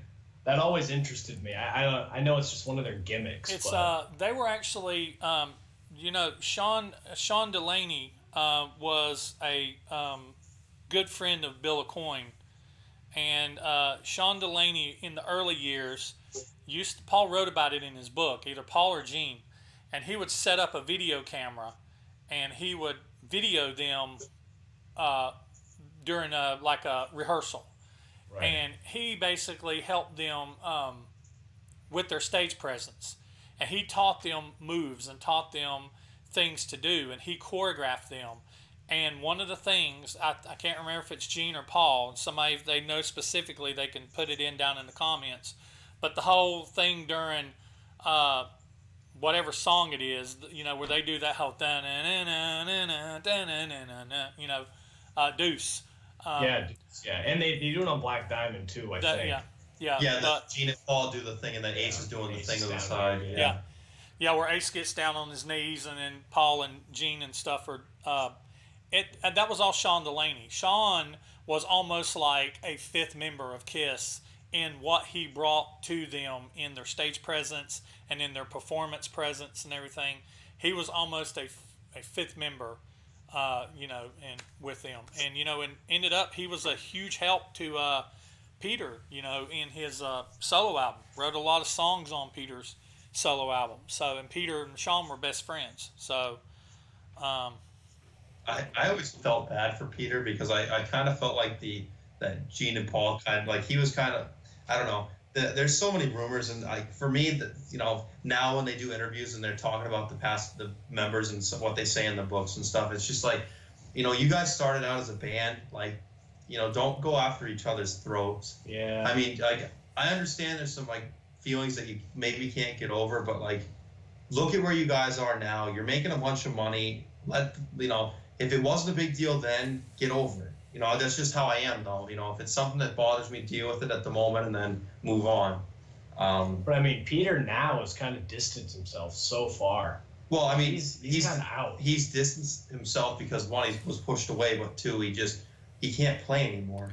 I mean, he can play, but like do one song, one or two songs. He can tour. Stay away from drugs. That's the real message here. But the only way I think if you, as the tour goes on, I mean, I know that they're overseas now.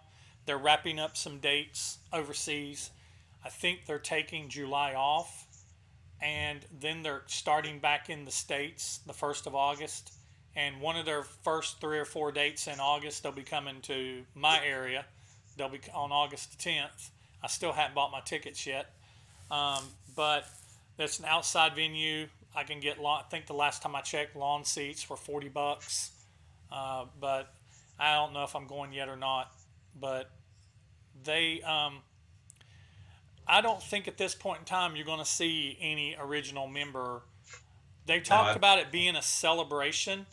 To me, if it was a celebration, we would have not only seen by now, getting ready to start the second leg of the tour, we would have already seen Bruce show up for some dates. Yeah. We would have already seen, fuck Vinny. They hate Vinny, and you're not going to get Vinny back. Yeah.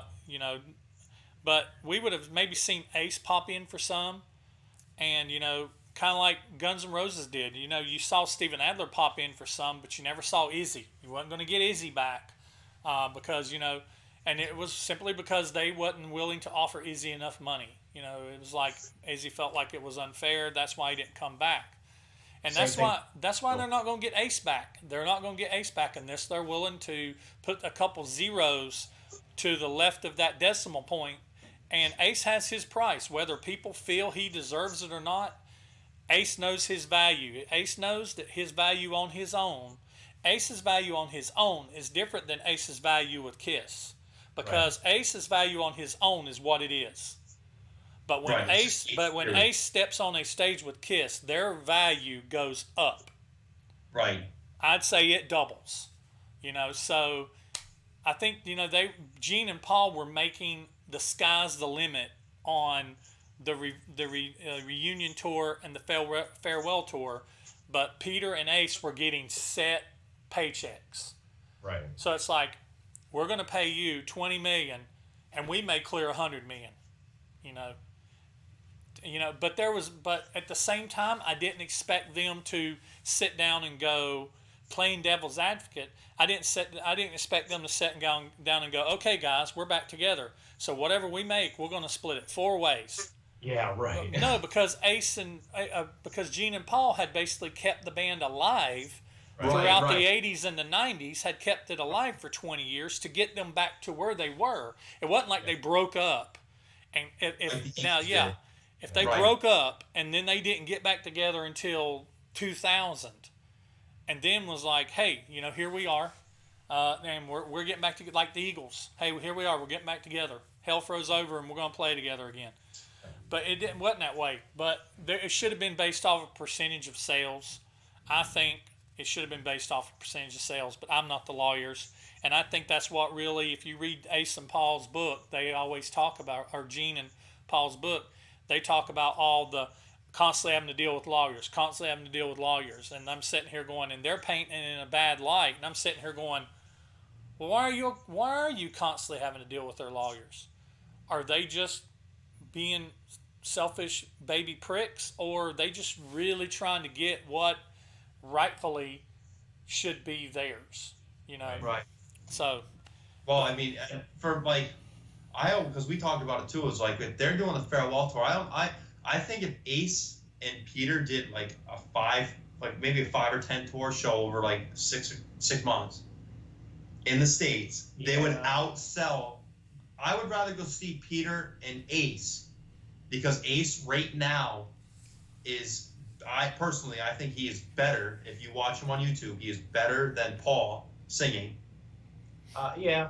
Well, I mean, Paul's always sounds the same. Paul's lost his voice, basically, unfortunately, because Paul had a very nice voice. Gene's is starting to go. Gene's is starting to go too. But I personally would rather see Ace and Peter, because I mean, it's for me, the farewell tour, this end of the road tour, has become it's capitalizing on Kiss. I mean, they said the end of the road tour was the one that they did in 2000 was the end. Farewell, right? Yeah. Yeah, the farewell tour. Yeah. What did I say? End of the road. Yeah.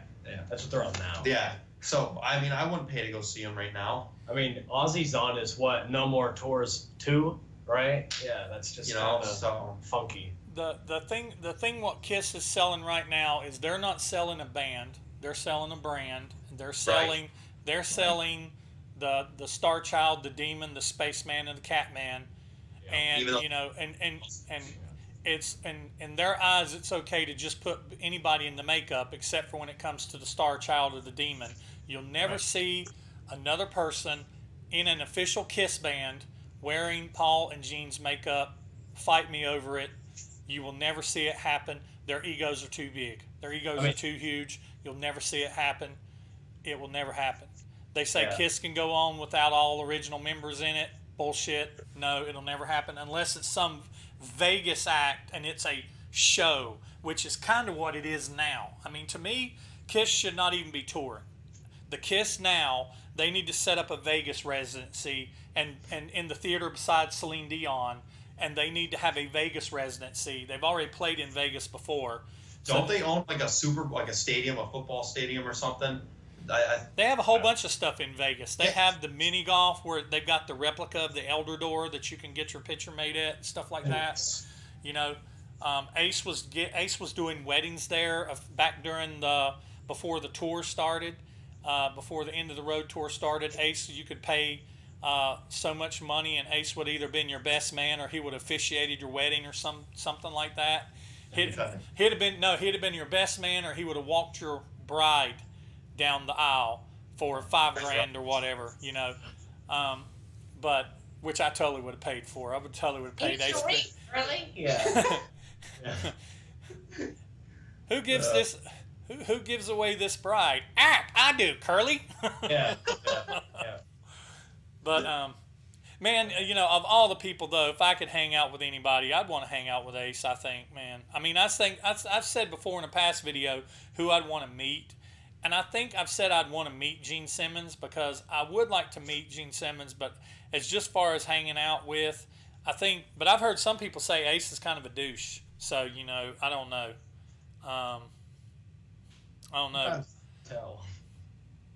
But I don't know if I'd actually want to meet them though, because I look at all four of them as superheroes, like legitimately superheroes, and I feel like if I was to meet them in person, if it was a bad experience, it would ruin that feeling. Like Kiss to me is like Superman. Like I know what you mean. Like, you know what I mean? Like, you just like when you hear them, it's like you remember when you first heard that album, or you just remember that experience. But meeting them would be like meeting Clark Kent in a way. Well, like if it was a bad experience. And if it was a bad experience, like Clark Kent in the bathroom after eating at a Taco Bell, you'd be forever like, oh, Lois, I've been in here for an hour. Yeah, so it's just, I mean, I don't know how I would feel about it. I think I'd like to meet Gene just to see for myself if he's how everyone says he is. I don't know. I see. If I met Gene, I'd be like, "Hey, can I see your tongue? Is that actually a cow tongue?" Or you probably, where are the stitches? Where are those stitches? Where's the baby blood? Yeah. No, I wouldn't do that. I'd be so scared. But yeah, I'd probably meet Gene, but Ace would be fun to hang out with. Yeah, I don't know.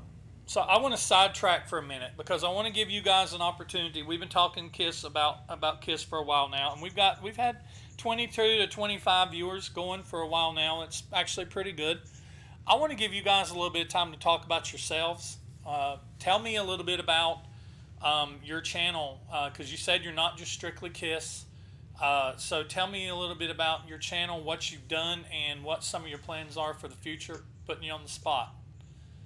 Well, I mean, we started with Destroyer, which is, a good starting point, I'd say. Mm-hmm. What was second? I don't even remember. The Cars. It was the Cars. It was the Cars, and then Bruce Springsteen. Yeah, that was a good review. Yeah, I mean, because this whole channel started back last summer. This idea. Right about now, but last year. Last year, we had just graduated high school, and I had told you about, because our buddy over at Willy Wally Wiles on YouTube, if you guys want something funny and really like just check him out, we might, if we have time. I'll type it in. John's gonna type it in the box, but he does these joke food reviews that John and him did back. Was it your video production class? Well, yeah, they did them back in video production back when I was doing like just normal video production stuff. Right. But now Zach and I primarily work on. But they're interesting to say the least. They're not like the Rad Russes. They're basically memes. Way wackier. Yeah. But they're fun to watch, I'd say. And so what ended up happening was we were just kind of shooting the crap. We were talking about a Kiss album. Some Kiss album was being released, and we were talking about how do we create something like that's fun and entertaining, like the Willy Wally Wiles videos, but actually has some a little more informative. Right, educational merit. Yeah. And I've always my whole record story starts when I was like 2 years old. My grandmother used to play Jim Reeves albums on the stereo, and she gave them to me. I've got them all in the back room. I love Jim Reeves. He's a phenomenal guitar player. He's got an amazing voice. But that's what really started to get me into records. I used to I was fascinated by just this, what the heck is this big disc? And I remember back in the day when people were just giving them to these companies to make bowls out of them. And I remember my grandmother was like, I want to do that. And I literally threw a temper tantrum. I was like, no. And I literally just took them all. But fast forward, how many years? 10 years? Something like that.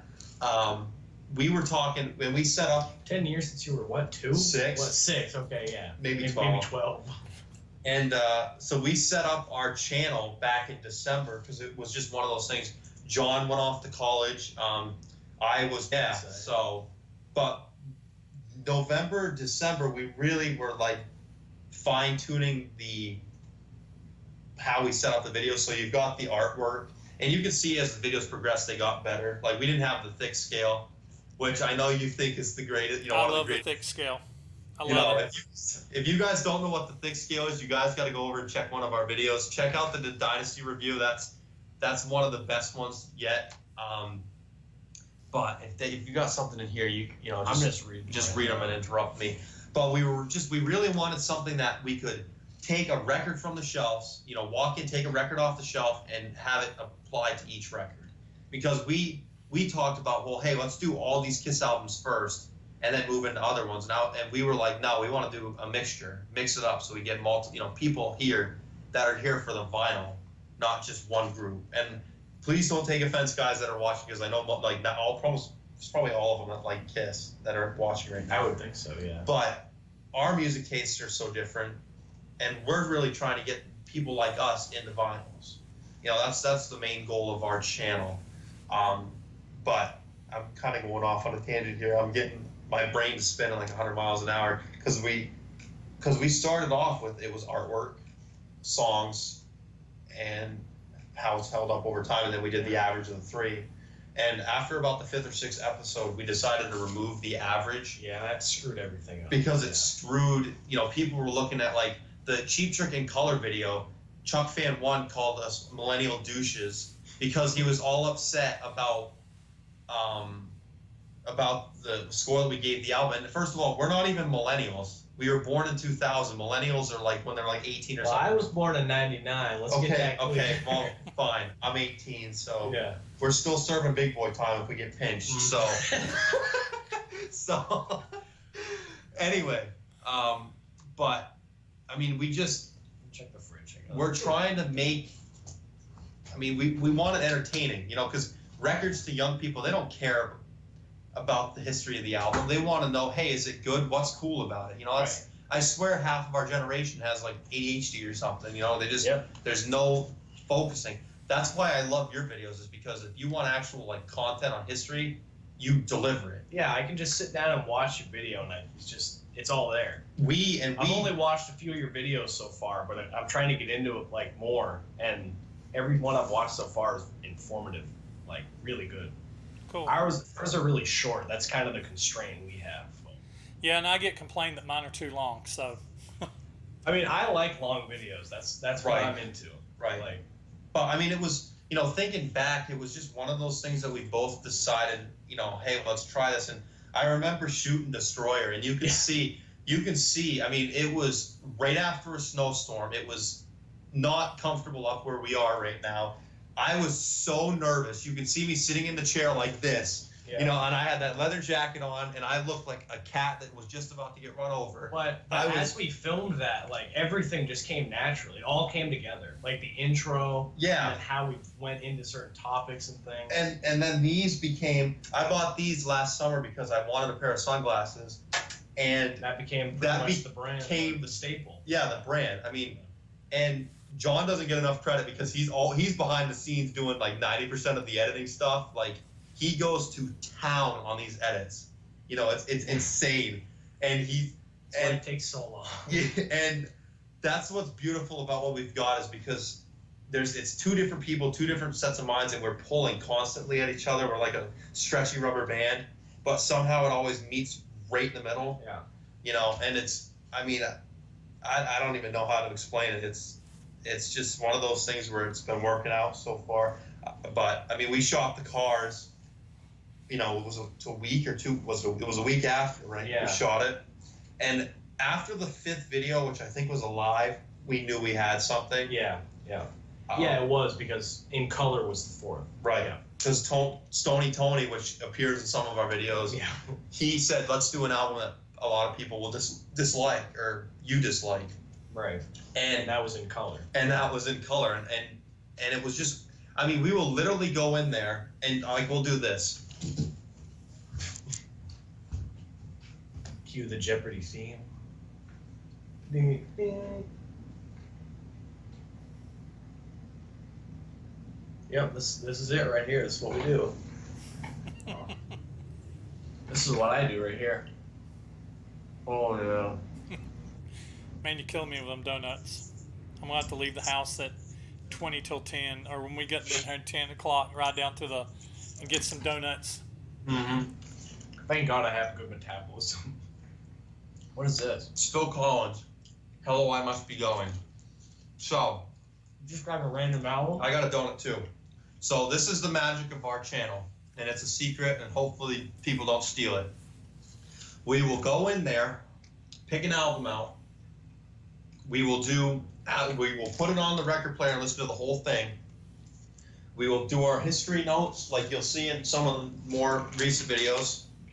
Oh, I was hoping that picture of Brandon would go in there. Oh God, no! Don't show that. And then we will do the review. So we don't get a chance to. We don't really live with them a lot.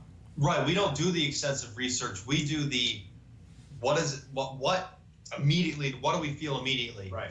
And oftentimes, what ends up happening is it sometimes it changes. Like in color, we were really hard on it. That honestly isn't that bad, but it allows us to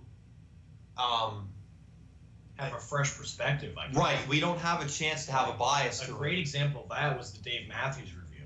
Right. We knew nothing about that, and we liked a lot of the album, but not as much as whoever gave it to us was here. My physical therapist. Yeah. But that made a great review, just because we didn't know anything about it, and we praised it and didn't like certain aspects of it, and that was one of those really good ones, I think. Yep. So, but in terms of like, I mean, what would you like? What do you think?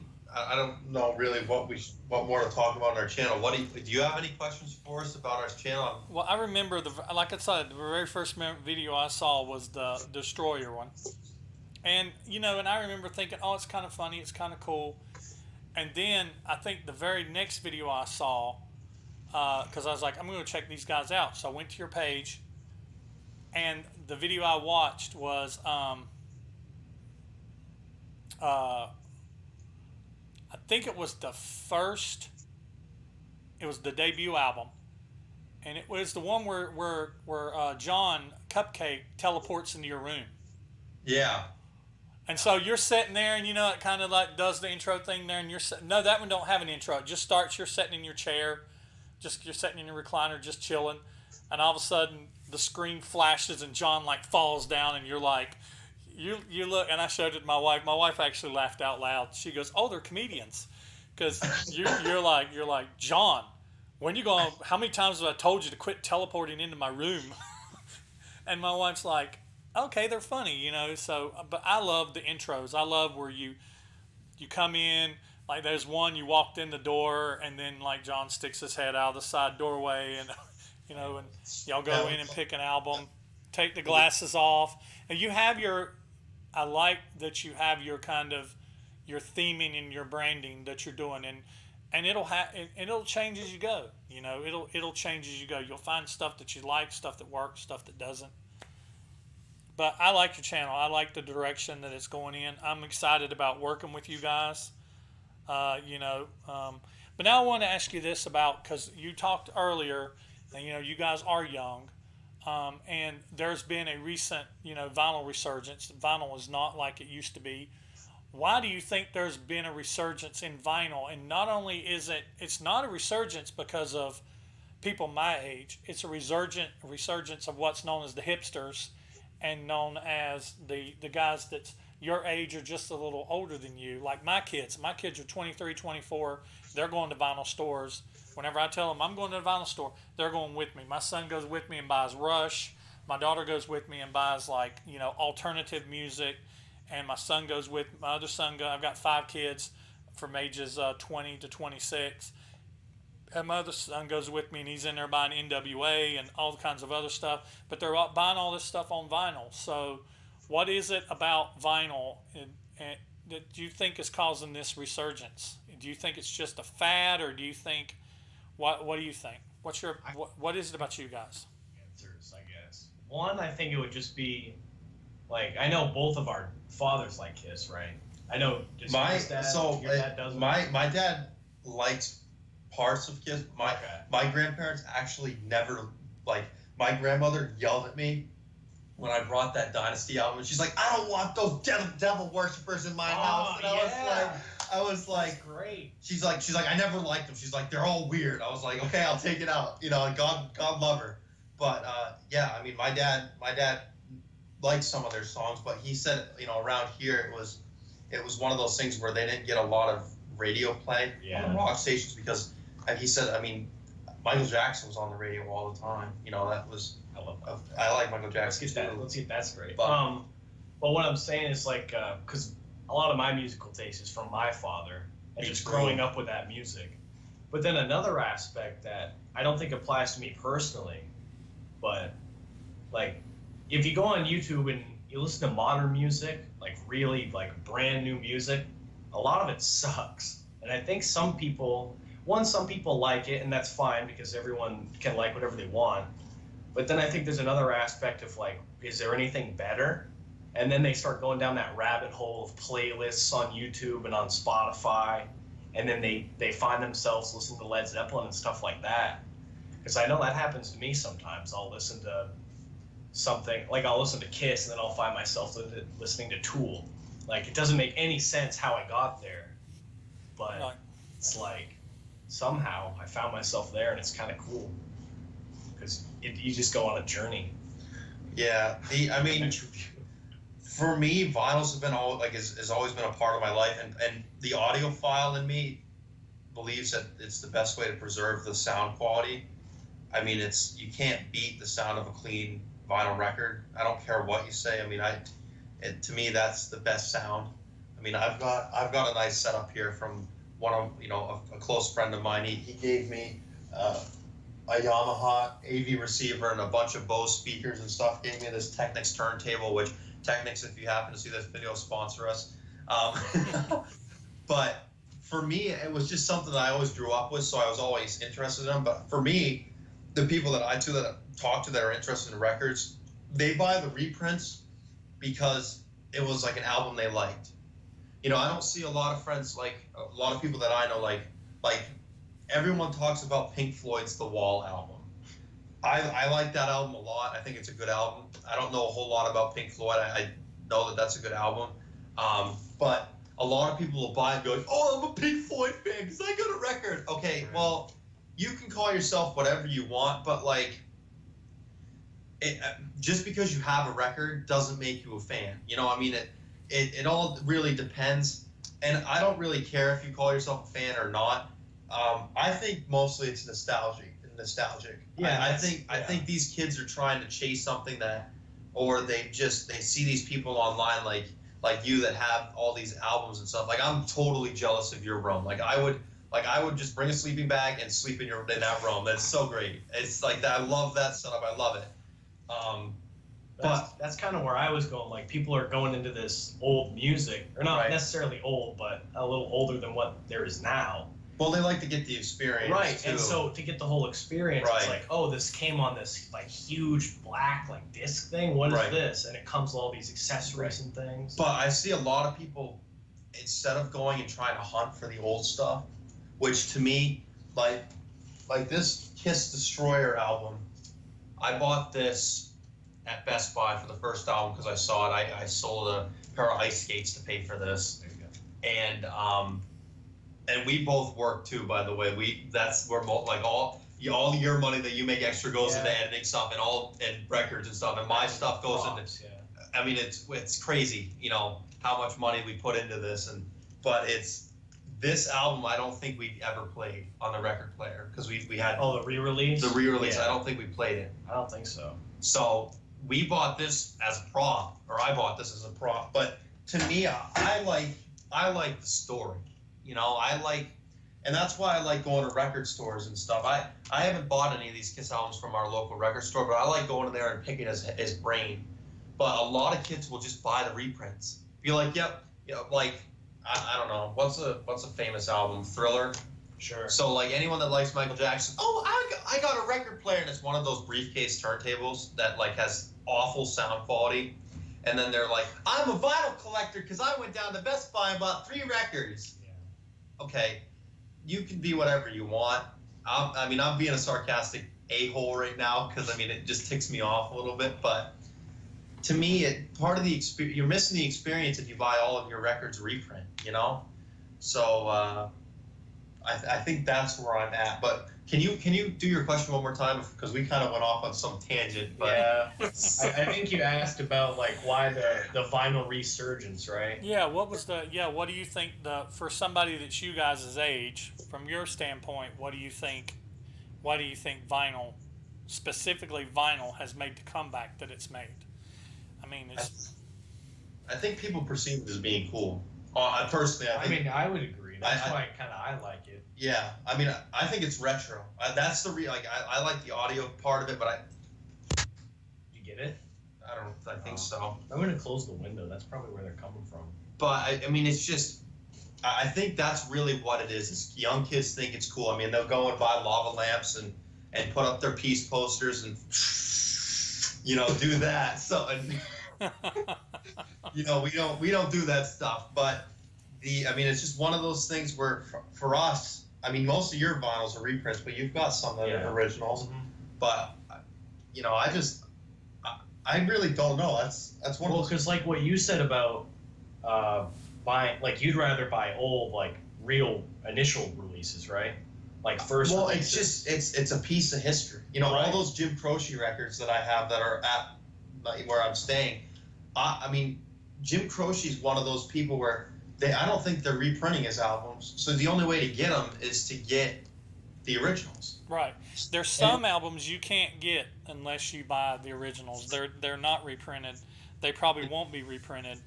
All of my Jackson Browne albums I have are originals from the 70s. And my Kiss albums, I have a mixture.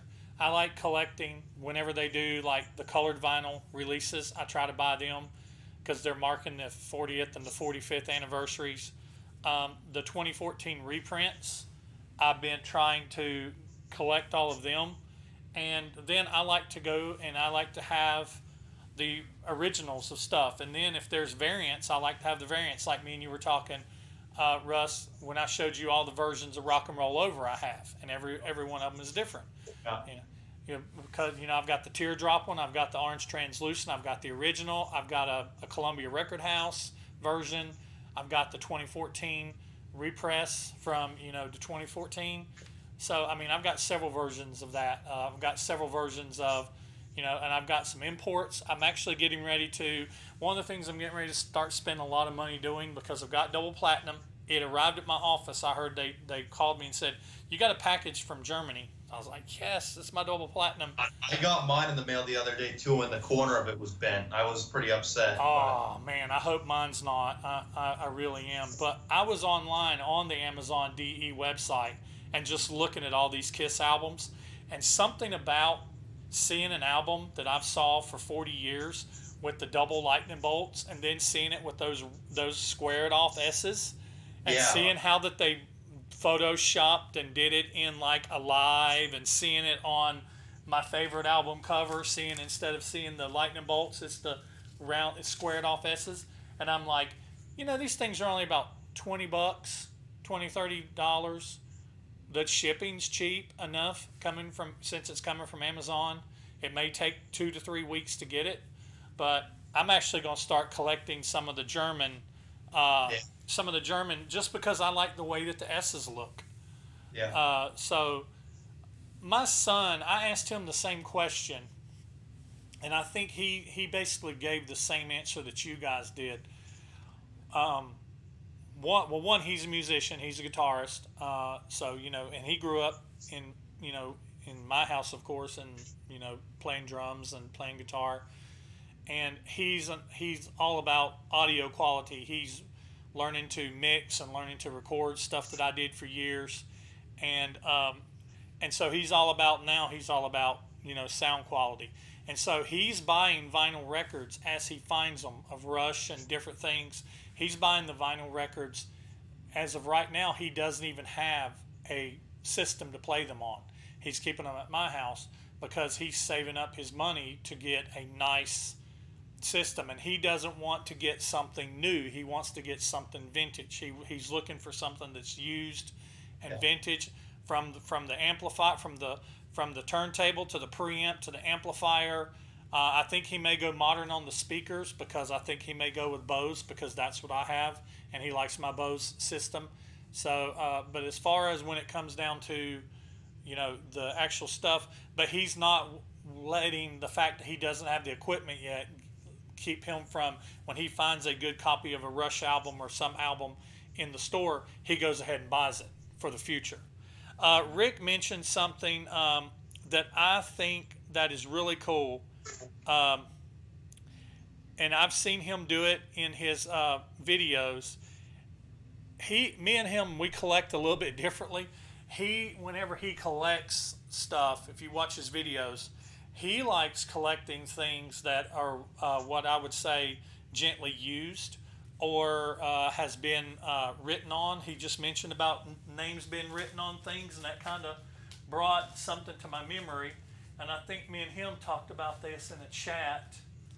I think I have something that somebody wrote on. I think it's a Rock and Roll Over and a Love Gun. Yeah. So, Rick, you'll appreciate this. I don't know how well this is going to show up. I'll take it out of the sleeve. This is my teardrop, actually. Can y'all see that teardrop on there? You see at the top it says Chris Odom? Yeah. In the little orange there. So Chris Odom owned this album. He also owned the Love Gun, and I believe he owned the Alive, because I got the 3 of those offline in a lot. And I got this, an original, with the stickers, with the sticker. No, the sticker's not in this one. The sticker's not in this one. But the tattoos are in this one. And the Love Gun, with the Love Gun, is in that one. And I got all 3 of them for $31. So, and they're in an excellent, excellent condition.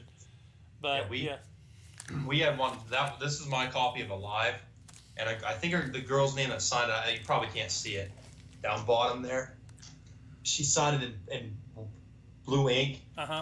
Probably can't see it. She signed there and the back. And is that Stephanie?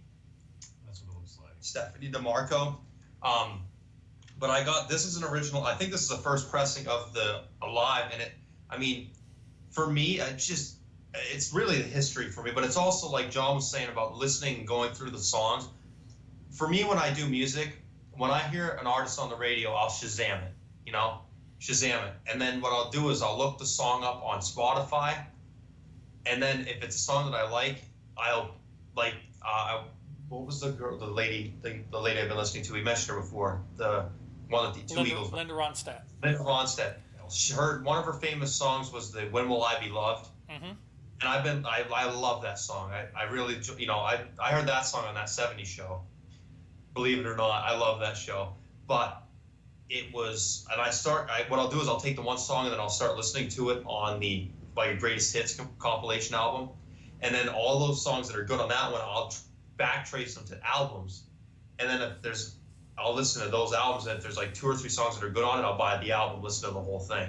So I end up getting all kind of wealth of information about songs and about the artist, because it becomes an obsession of me, for me. But I just want to say your Alive is in way better condition than mine. Mine is like, yours is like solid. Mine's like all foldy and falling apart. Well, it's because someone listened to it. Yeah, I know.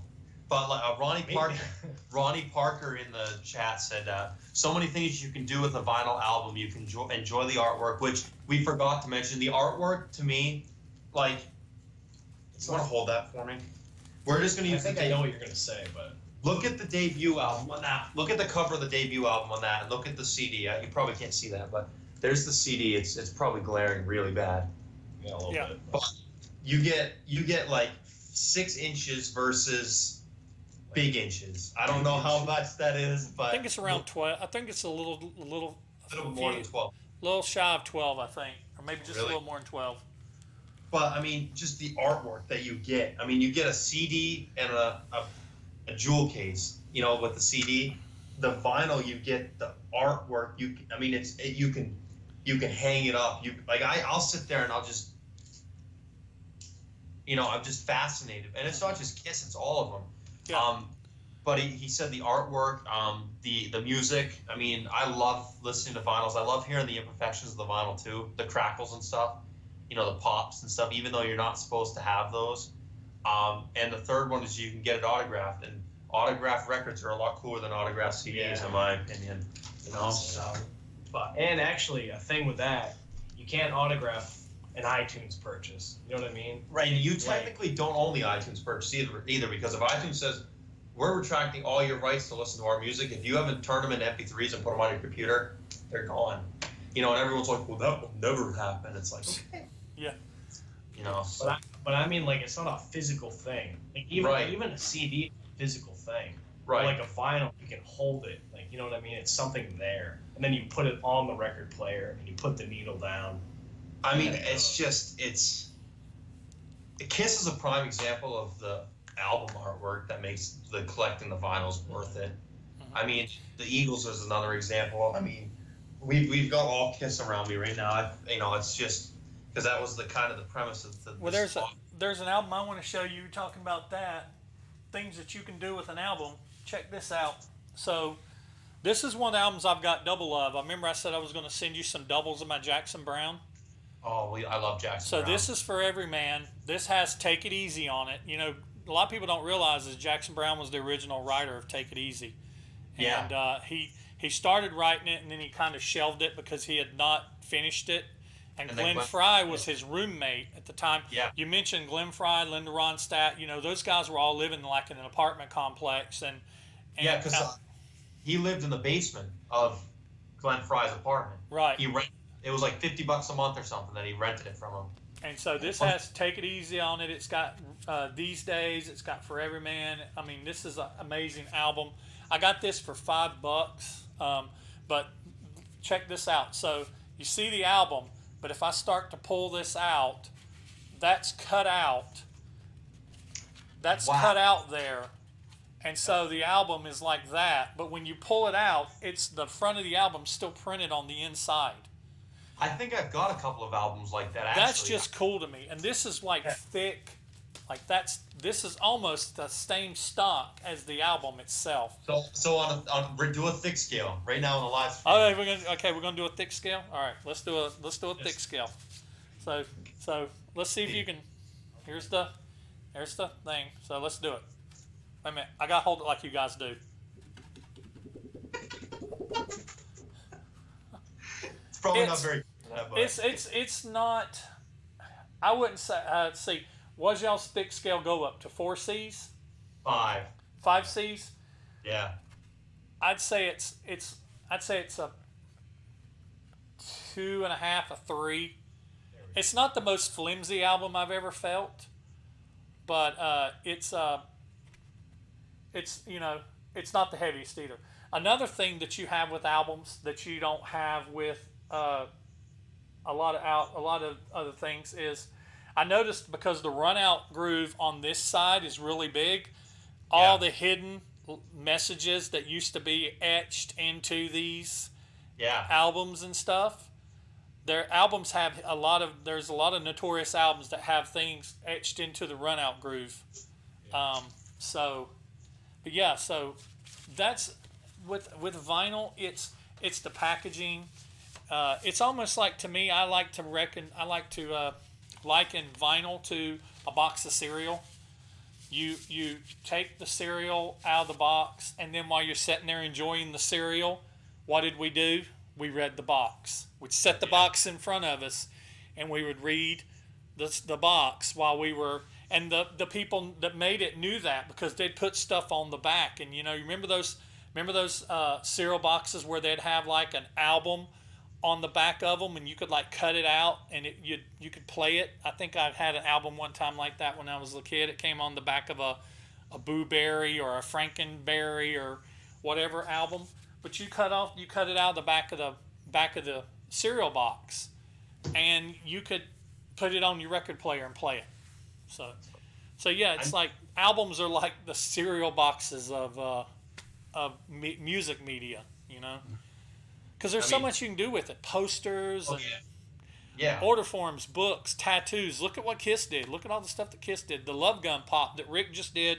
I'm going to give a shout out to my buddy Rick. If you guys have not subscribe to these guys, subscribe to Russ's Rad Reviews, subscribe to It's All For You Demon. He just did one of Love Gun, and he's talking about the pop gun. And I was telling him about how my pop gun was already assembled, but let me see if I can find it. But the actual gun itself, I had more than one popper. Here's I've got more than one Love Gun too, of course. So here's my Love Gun that has the and there's something else Kiss did that was cool. They did this, shit like this. Yep. They also did where they would put like this one in particular, this Love Gun doesn't have it, but they would they would themselves be like right there. The cover art would be there. But this one here, it has the gun that's already been assembled and put together, and it has the thing that it got unassembled out of on the inside of it. I didn't do it, but then down inside of here there are 1, 2, 3 additional bangs. And I asked Rick, I'm like, did yours come with more than one bang? I don't remember them coming with more than one bang. And he's like, no. And I'm like, well, if anybody ever needs some bangs, if everybody needs some extra banging, I got extra banging. If anybody needs a bang, I got 3 of them. On that note, I gotta pee really bad. Well, I mean, we'll wait on him to come back, and then we'll see if we can wrap this up. It's 10 o'clock. And so while he's off using the John, I'd be interested. I'd be interested to see what the 17 people that are watching, if you guys, or 16 that are left, I'd really be interested to see what you guys, because we've got, we're at like 950 subscribers, but we don't have people that will actually comment on our videos, and we'd really like to see what you guys think, because for us to get better, we need feedback. And based on tonight's interaction with your fans, it seems that for the most part it was positively well received. I mean, I am no vinyl expert, even though we pretend to be on our channel. It's something that we like to do. I personally, the real reason, down to the core, the real reason I enjoy it is because I will say it, people are like, oh, Russ has got an old soul, and I personally think I was born in the wrong generation. I'm obsessed with everything 70s. I've got a 79 Trans Am sitting beneath me right now. I've got an 81 in the garage that I drive around in. I bought another 79 10th anniversary. And, for you guys that grew up in that era, you remember that stuff. You guys were able to be kids, and it seems for us, you can't be kids anymore because some snowflake's going to get offended or call you a cupcake or call you a millennial douche or just get all bent out of shape because you have an opinion that, today it's like everyone wants to hear, to be better, but as soon as they get constructive criticism, they throw a pissy fit. So for us, or at least for me, it's the vinyl is chasing old souls. It's All For You Demon said, I think that is what is good about your channel, is the fact that you guys have old souls. That's where the magic is. This is the first live stream we've done. I was freaking nervous. I'm sweating pigs over here, but it was one of those, and I'm sure that this is gonna be, if someone's gonna come back and watch this and be like, what were these two smoking? Promise you, it's nothing. We're eating donuts. We're just sitting here. But it's just one of those things where, for us to relate to the older generation, it makes us feel like we're keeping that generation alive. Yeah. Because there's people that know Kiss, and then there's people like us that like actually appreciate it for what it is. You know? And I can't wait. I can't wait for me and you. I've got a couple topics I'm tossing around in my head. Uh, and he said it. He said it. You remember me and my wife do that all the time with Family Guy. He's like, they say the name of a movie. Like, he said it. He said it. But because of me being the older guy and Rick not being much younger than me, Rick is 45 if I'm not misquoting. He's not much younger than me, but he came into being a Kiss fan at an older age. I think he didn't actually come into around Hot and Shade, which I'd checked out by then as a Kiss fan. I mean, I still was a Kiss fan, but I was listening to other stuff. I was listening to mostly their stuff from the 70s and their stuff from the 80s. I wasn't stepping too far past Asylum, and I didn't come back until Revenge. I did go to the Hot and Shade tour, but I'd never heard the album. I actually got to hear the album, Hot and Shade album, on the way to the concert. My friend that I was going with, I was like, hey, I've never heard this album before. And he's like, so he played it, and I liked it okay. It was, like I said, it was definitely in a better step than, and then I was back on fully for Revenge. I went to the Revenge tour, bought the Revenge album, and I loved it. But I've got some ideas I'm throwing around, some topics I'm throwing around in my head for me and you and Rick, you guys and Rick, the three of us, to talk about, because it's the younger generation, and then I think Rick could represent that middle ground, and then me being the 70s bro from the era. And I've got a few really cool topics I think it'd be good for us to get together and discuss and make a video out of. So I'm looking forward to it. Yeah, we would love to do that. We've got some things going on too, I'm sure. That we'll think of it. We'll be in touch with you. Is that thunder? I don't think so. Anyway. It sounds like a plane. Shock me. Okay. But it's all for you, Demon. If you're still here, we would like to actually, we would love to do that video with you. But we'd also like to get in touch with you, Cupcake and I, and feel free to message us anytime. But we'd like to build a relationship with you as well. That's the beauty of what we do. We're not like I told Brant, back when we called last week.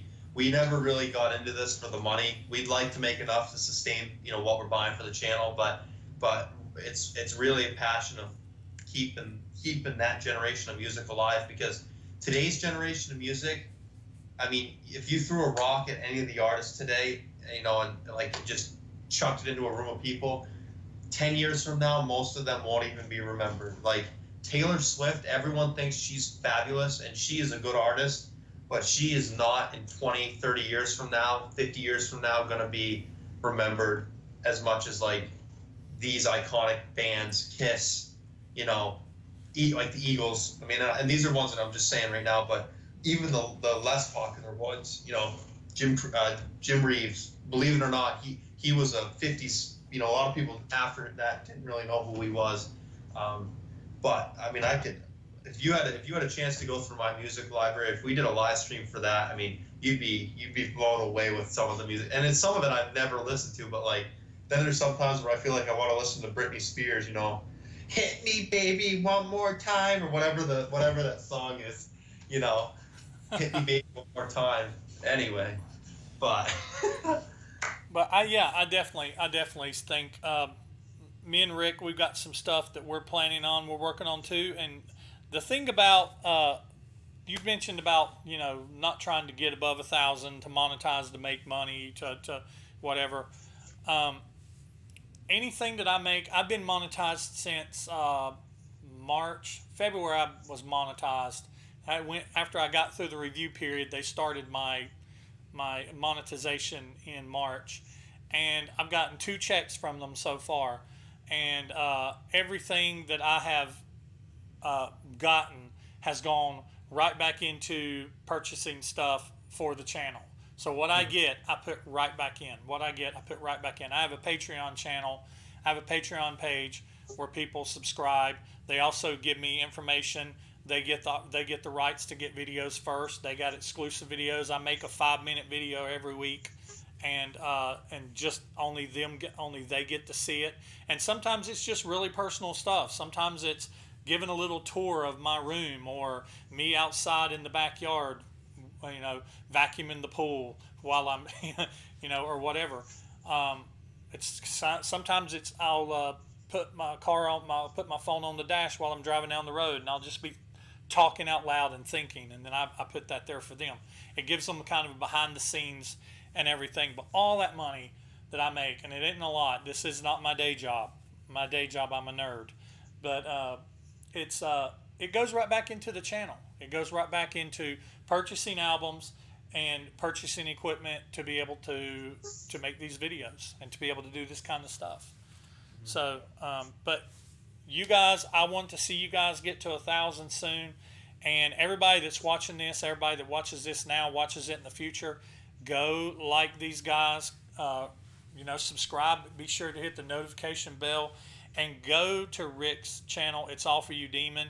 Yes, Rick, he deserves more subscribers than he has. I mean, for the content that he puts out.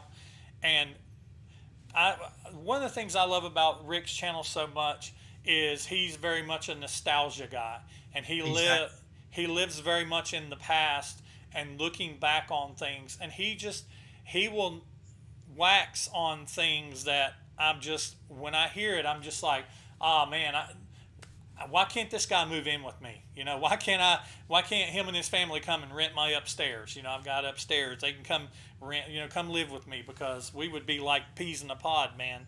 But his channel deserves so much more subscribers than it has. It really does. And I'm going to bang that drum until I get him there. I'm going to do everything I can. Well, that might be something. But that's the thing. The cool thing is he's not all about numbers. He's never mentioned it to me once about his numbers and everything. He's never mentioned it to me once, because he's about, and I'm about the same thing too. I'm not all about numbers, but I'm about community, but I'm also about the people that are doing the same thing that I am, in the same vein that I am. I'm about us all being successful and us all succeeding and having a level of success too, in supporting each other and everything. So no, Rick makes some great videos. And Darklight, we don't have that Paul Simon's Graceland album. If you have it and would possibly like to send it to us, we'd appreciate it. But if you guys get a chance to, make sure you guys follow us on our, us, but everyone that's been mentioned in this video, check us out on our social media. That's probably one of the best ways to get in touch with us. And a lot of people don't, they're afraid because they're big, big YouTubers, with, 1,000 subs or whatever. Just, that's one of those things where people are so intimidated, I guess, by us because we never get comments on our videos. It's we want to talk to the fans. We don't. I mean, if you guys give a negative comment and it's an actual, you guys are trying to be jerks, we're going to make a video about you. I mean, go check out what did you title that one? Oh, Chuck. Yeah, that's, you guys got to go check. The old Chuck video is great. The old Chuck video. But we're the same way. We like talking numbers because that's how we measure success, sort of.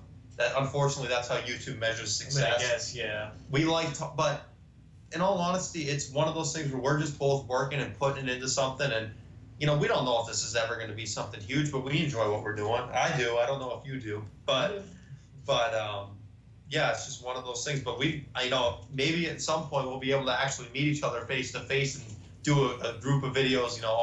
That'd be awesome. Yeah, it'd be awesome.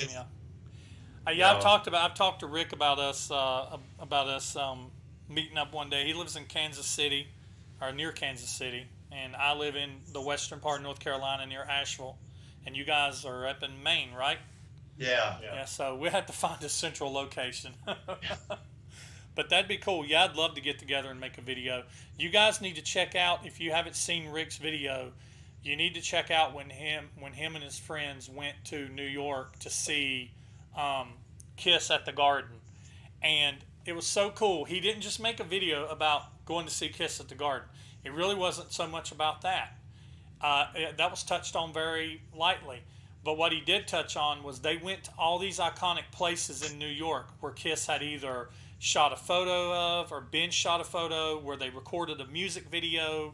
and they recreated like some of the poses. Like they recreated they went and visited the actual spot where the Dress to Kill photo was taken, and kissed the pole. I hope he, I mean, it's, they went to so many, and I remember sitting there watching. And I was like, why couldn't I have gone? I wanted to go, but it's awesome.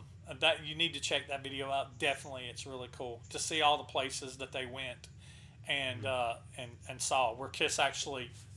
I'm that kind of person, whenever we went on I like going on. I like paranormal type stuff. So whenever we go on a lot of ghost tours, they'll be like, we'll go to places. They'll be like, this person stood right here at one point in time, or this person lived here, sat in this chair, or whatever. And it's just kind of cool to occupy a space where somebody from history, especially if it's somebody that you admire, to be in a space where they were, to stand in the exact spot where they were, 40 years later, or hundreds of years later, or whatever. That's just really cool. It's really cool to me. Yeah, actually, something on that note, my dad a few years ago bought this like huge Kiss bass speaker. Like it's massive, and like you could tell it was used and worn down and stuff. And I mean that just sits in his dining room now. But like I don't know, stuff like that, because that was on a stage somewhere playing music at one point. That's just kind of cool to think about. Years ago that was there. You know what I mean? Yeah, no, it was. I don't know. I think that kind of stuff is cool. I think. No, I mean it's something about having the physical object that occupied a space in history. You don't know the story, but it's one of those things where you just, for me, it's chasing that old soul of mine. And I think it was All For You Demon or Dark Light that said that we both had some old souls, but for sure, make sure you guys check us out on our social media, and check out Rants on social media too. If you guys are subscribers to me, you probably already have it, but we're Russ's Rad Reviews on Twitter and Russ's Rad Reviews on Instagram. We're trying to work into the social media now. We're just getting to the point where we're trying to have a system going and stuff. So, and honestly, this live stream, there was a purpose behind it, but it was kind of let's get familiarized with it, because this is way out of what we've done before. Most of our videos we do in two or three takes. Yeah. But this is completely new to us.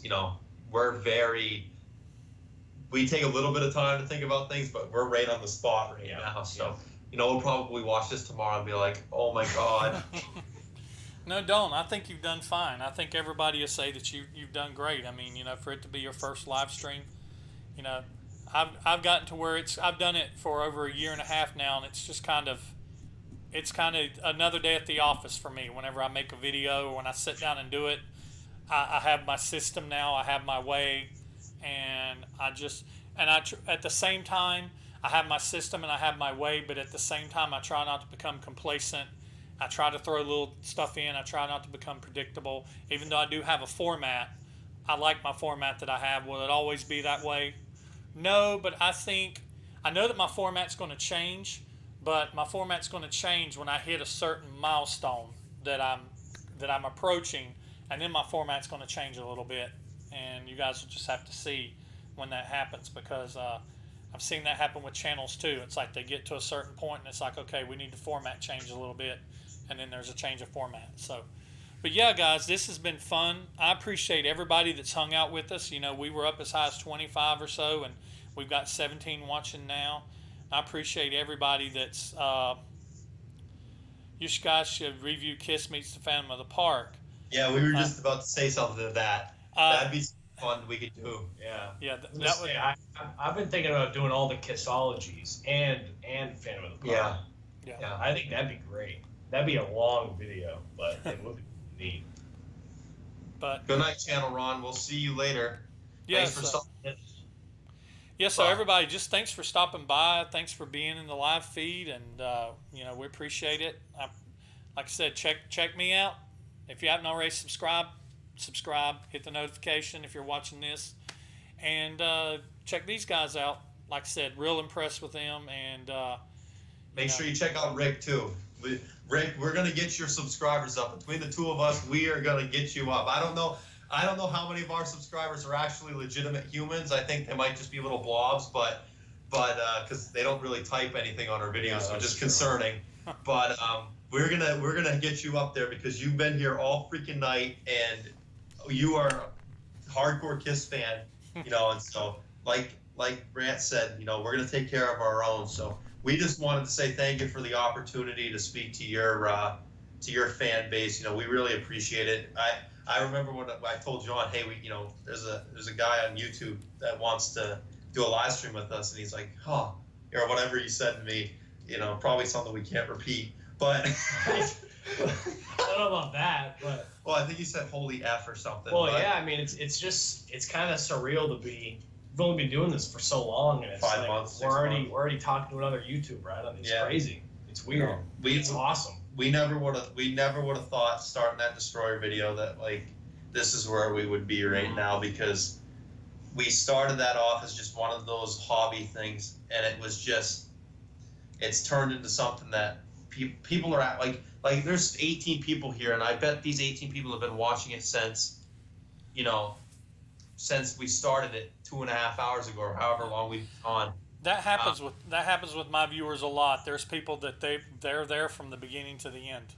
And those are the people that our channel, we've got some of them, but that's what we're missing on our channel is, even if it's 19 people or 20 people out of the 1,000 that care, it's feedback for us because hey, you guys kind of fell flat in this review. What the heck were you thinking? Yeah, we're making it for them. Right. You know what I mean? So, and we're so, I mean, we can't even express how thankful we are that you've kind of taken us under your wing. Yeah. Because we've had our thing, but now that we've got a group of people, Rick from it's All For You Demon. I mean, this is all. I mean, it's surreal. It's crazy. It's literally crazy. It's weird. Yeah. It's good. Well, you guys deserve it. Like I said, I've worked with other channels in the past too, and I've had people work with me, and it's all about a community. It's all about that. Me and Rick have talked about that just in a lot of our videos. It's about having a community of people, and it's not just the people that's on the screen. It's not just me and you.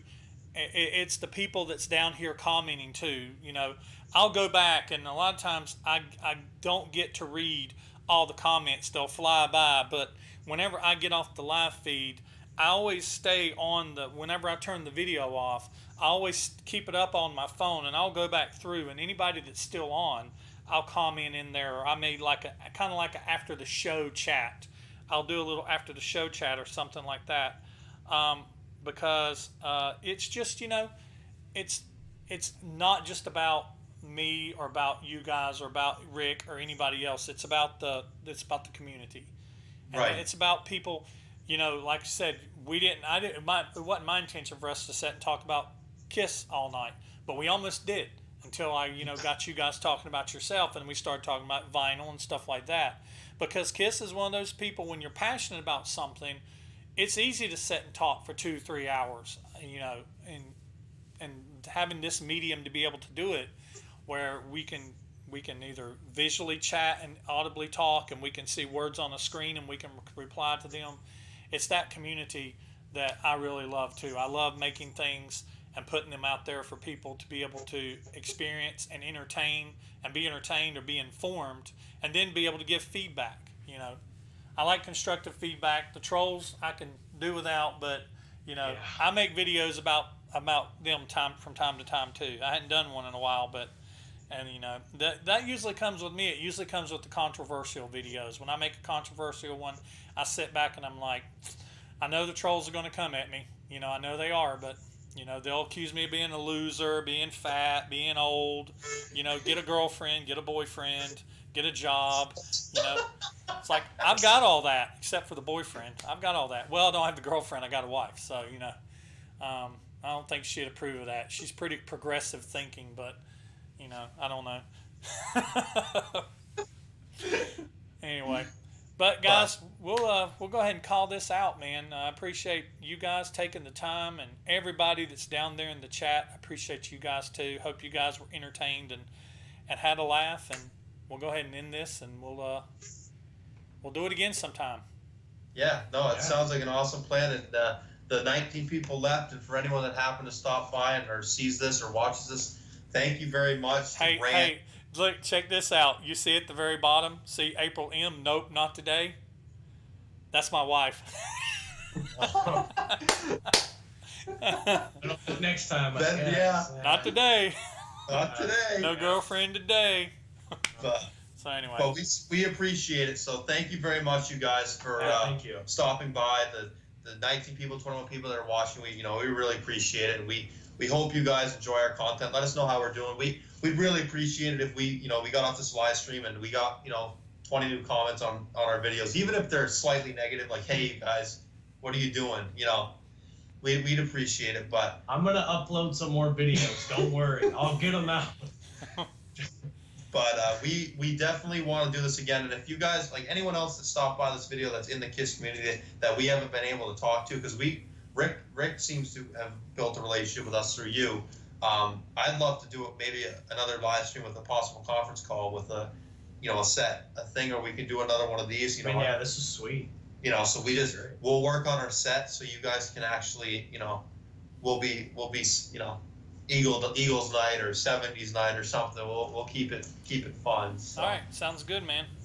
All right, thank you. Thank you very much. Thanks, guys. All right. See you next one. See you guys. Thanks. Bye.